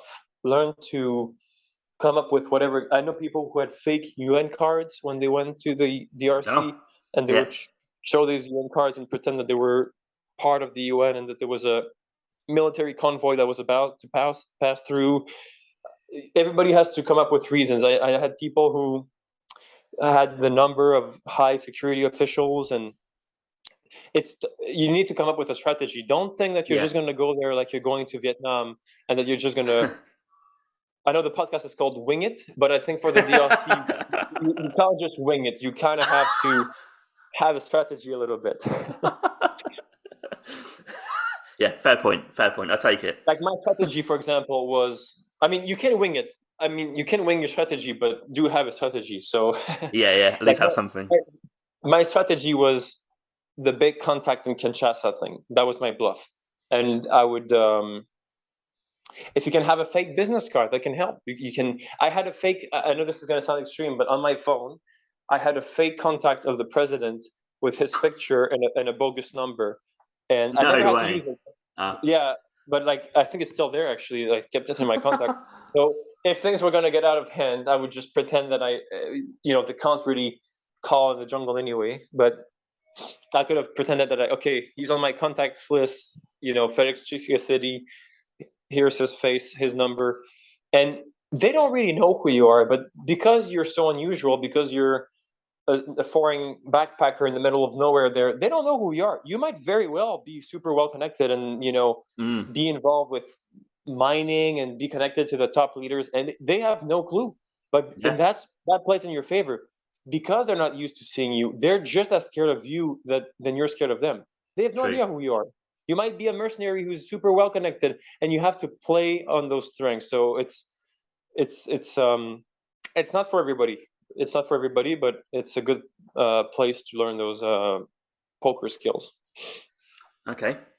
So Frank, I'm going to say it's very hard to summarize a 3-month trip like that in a podcast, but I think we've done okay. We've got some fantastic stories, tips, some of your journey. So I want to say thanks for coming onto the podcast again to talk about all your experiences and a very, very unique trip. Yeah, I appreciate it. Thank you. It was a great episode. I really enjoyed it too. And what do you take away from what I said? Is there anything that sticks in your mind, or a lesson or something? I think my takeaways are a combination of all the interviews we've done. Is that sometimes it is good to maybe push the boundary a little bit and not be so comfortable in certain types of travel. So, I'll give you a little example. Because of our chats, I do want to do maybe like one hitchhiking trip, one country, don't know where that is, but like I've never really done it. So that's my takeaway, is to try to go to the next thing for me, which is going to be fun, but a bit more challenging. So I think that's the one big takeaway I have from our chats. And there's those other little bits as well, but that's the main one, is to maybe try something a bit new and unique. To kind of push yourself out of your comfort zone. Yeah, a little bit more, yeah. I mean, the Middle East is already a new area for me, so that's good, new area, different language, different customs. Lebanon was an interesting country, probably the most unique I've been to in terms of being a little bit outside your comfort zone. So I think that's kind of taught me that, okay, sometimes it is good to push the boundaries a little bit. Right. And one thing I'll say is that, because, of course, like you said, it's hard to summarize 3 months in one episode, but just to reinforce some positive aspects about the DRC, we focused a lot today, of course, on the challenges, because there were a lot, and they're a big part of the journey. But I will say the 2 things I like the most about the DRC were, one, the nature. Even though it's tough and it's an ecosystem that can be rough on your body if you're not used to it and so forth, nonetheless, I've never seen as much green as when I was there in my whole life. It's green everywhere around you, beautiful wildlife, birds, butterflies. It is really surreal. It is a pristine forest when you're in the jungle. And the second thing would be the people, meaning that I met some of the worst people I've ever seen in the DRC. I've also met some of the best ones, and I could name countless names, but whether it's the Wafanya priest, or whether it's the pastor who told the guy to pick me up in the canoe, who didn't have to do that, the countless people who hosted me night after night after night, when they just saw this guy coming out of the woods, out of nowhere, like this police guy in Boyera, the commander, who brought me to his home, and his wife cooked some meal for us, and we chatted about his life as a police commander and what he was doing in the jungle. I mean, the list goes on and on and on. Very, very good people. The guy who helped me when I had malaria, and I could have died there. He gave me his own personal meds from his own private collection, from his own stockpile, and who trusted me that I would give the money to the priest once I made it to my money bag, and that gave me his only driver and his only bike to get there. It's a life transforming experience, because it pushes you to the extreme, both the extremes of the worst in life, the difficulties, and near death and suffering, but also the best, the trust between strangers who don't even know each other and who help you. That's amazing. Yeah, I think that comes across on this trip, but also the previous trips that we discussed as well, isn't it? I think that's a recurring message that we have from these experiences. Exactly. And I think part of what allows me to push through and carry through in those difficult moments is that I always have faith that even if one day a police guy is shouting at me and, it's a bad day and I feel tense and nervous, I just know that right around the corner in the next village, I might find a great guy who's going to be 20 times nicer and super friendly, and we're going to get along well. So it's that faith that there's going to be a good guy around the corner. Don't despair, Absolutely. Okay, Frank, I think that's a good way to end this episode. I am sure you'll be back on for more adventures. And can you just remind the people, if someone wants to get in contact with you, to maybe ask a few questions about logistics, about doing that sort of trip, where can people find you?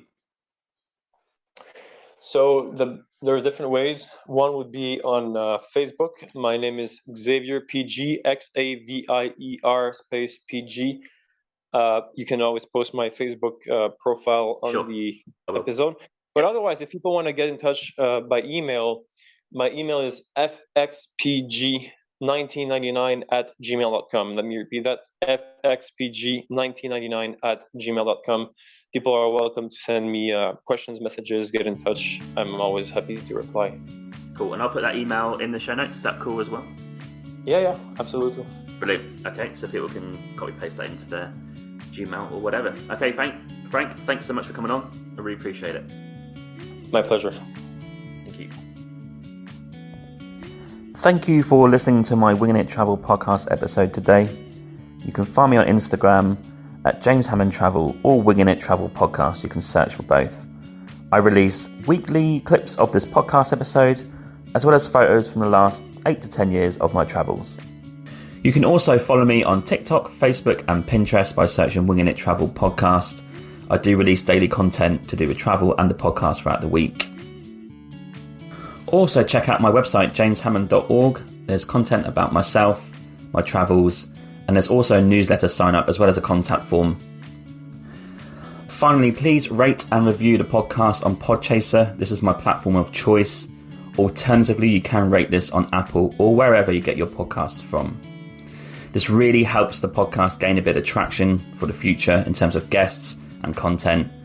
And I'm glad to see that you guys are listening out there, reviewing it and enjoying the content so far. Stay safe, stay humble, keep listening, keep traveling, and I'll catch you soon. Cheers, James.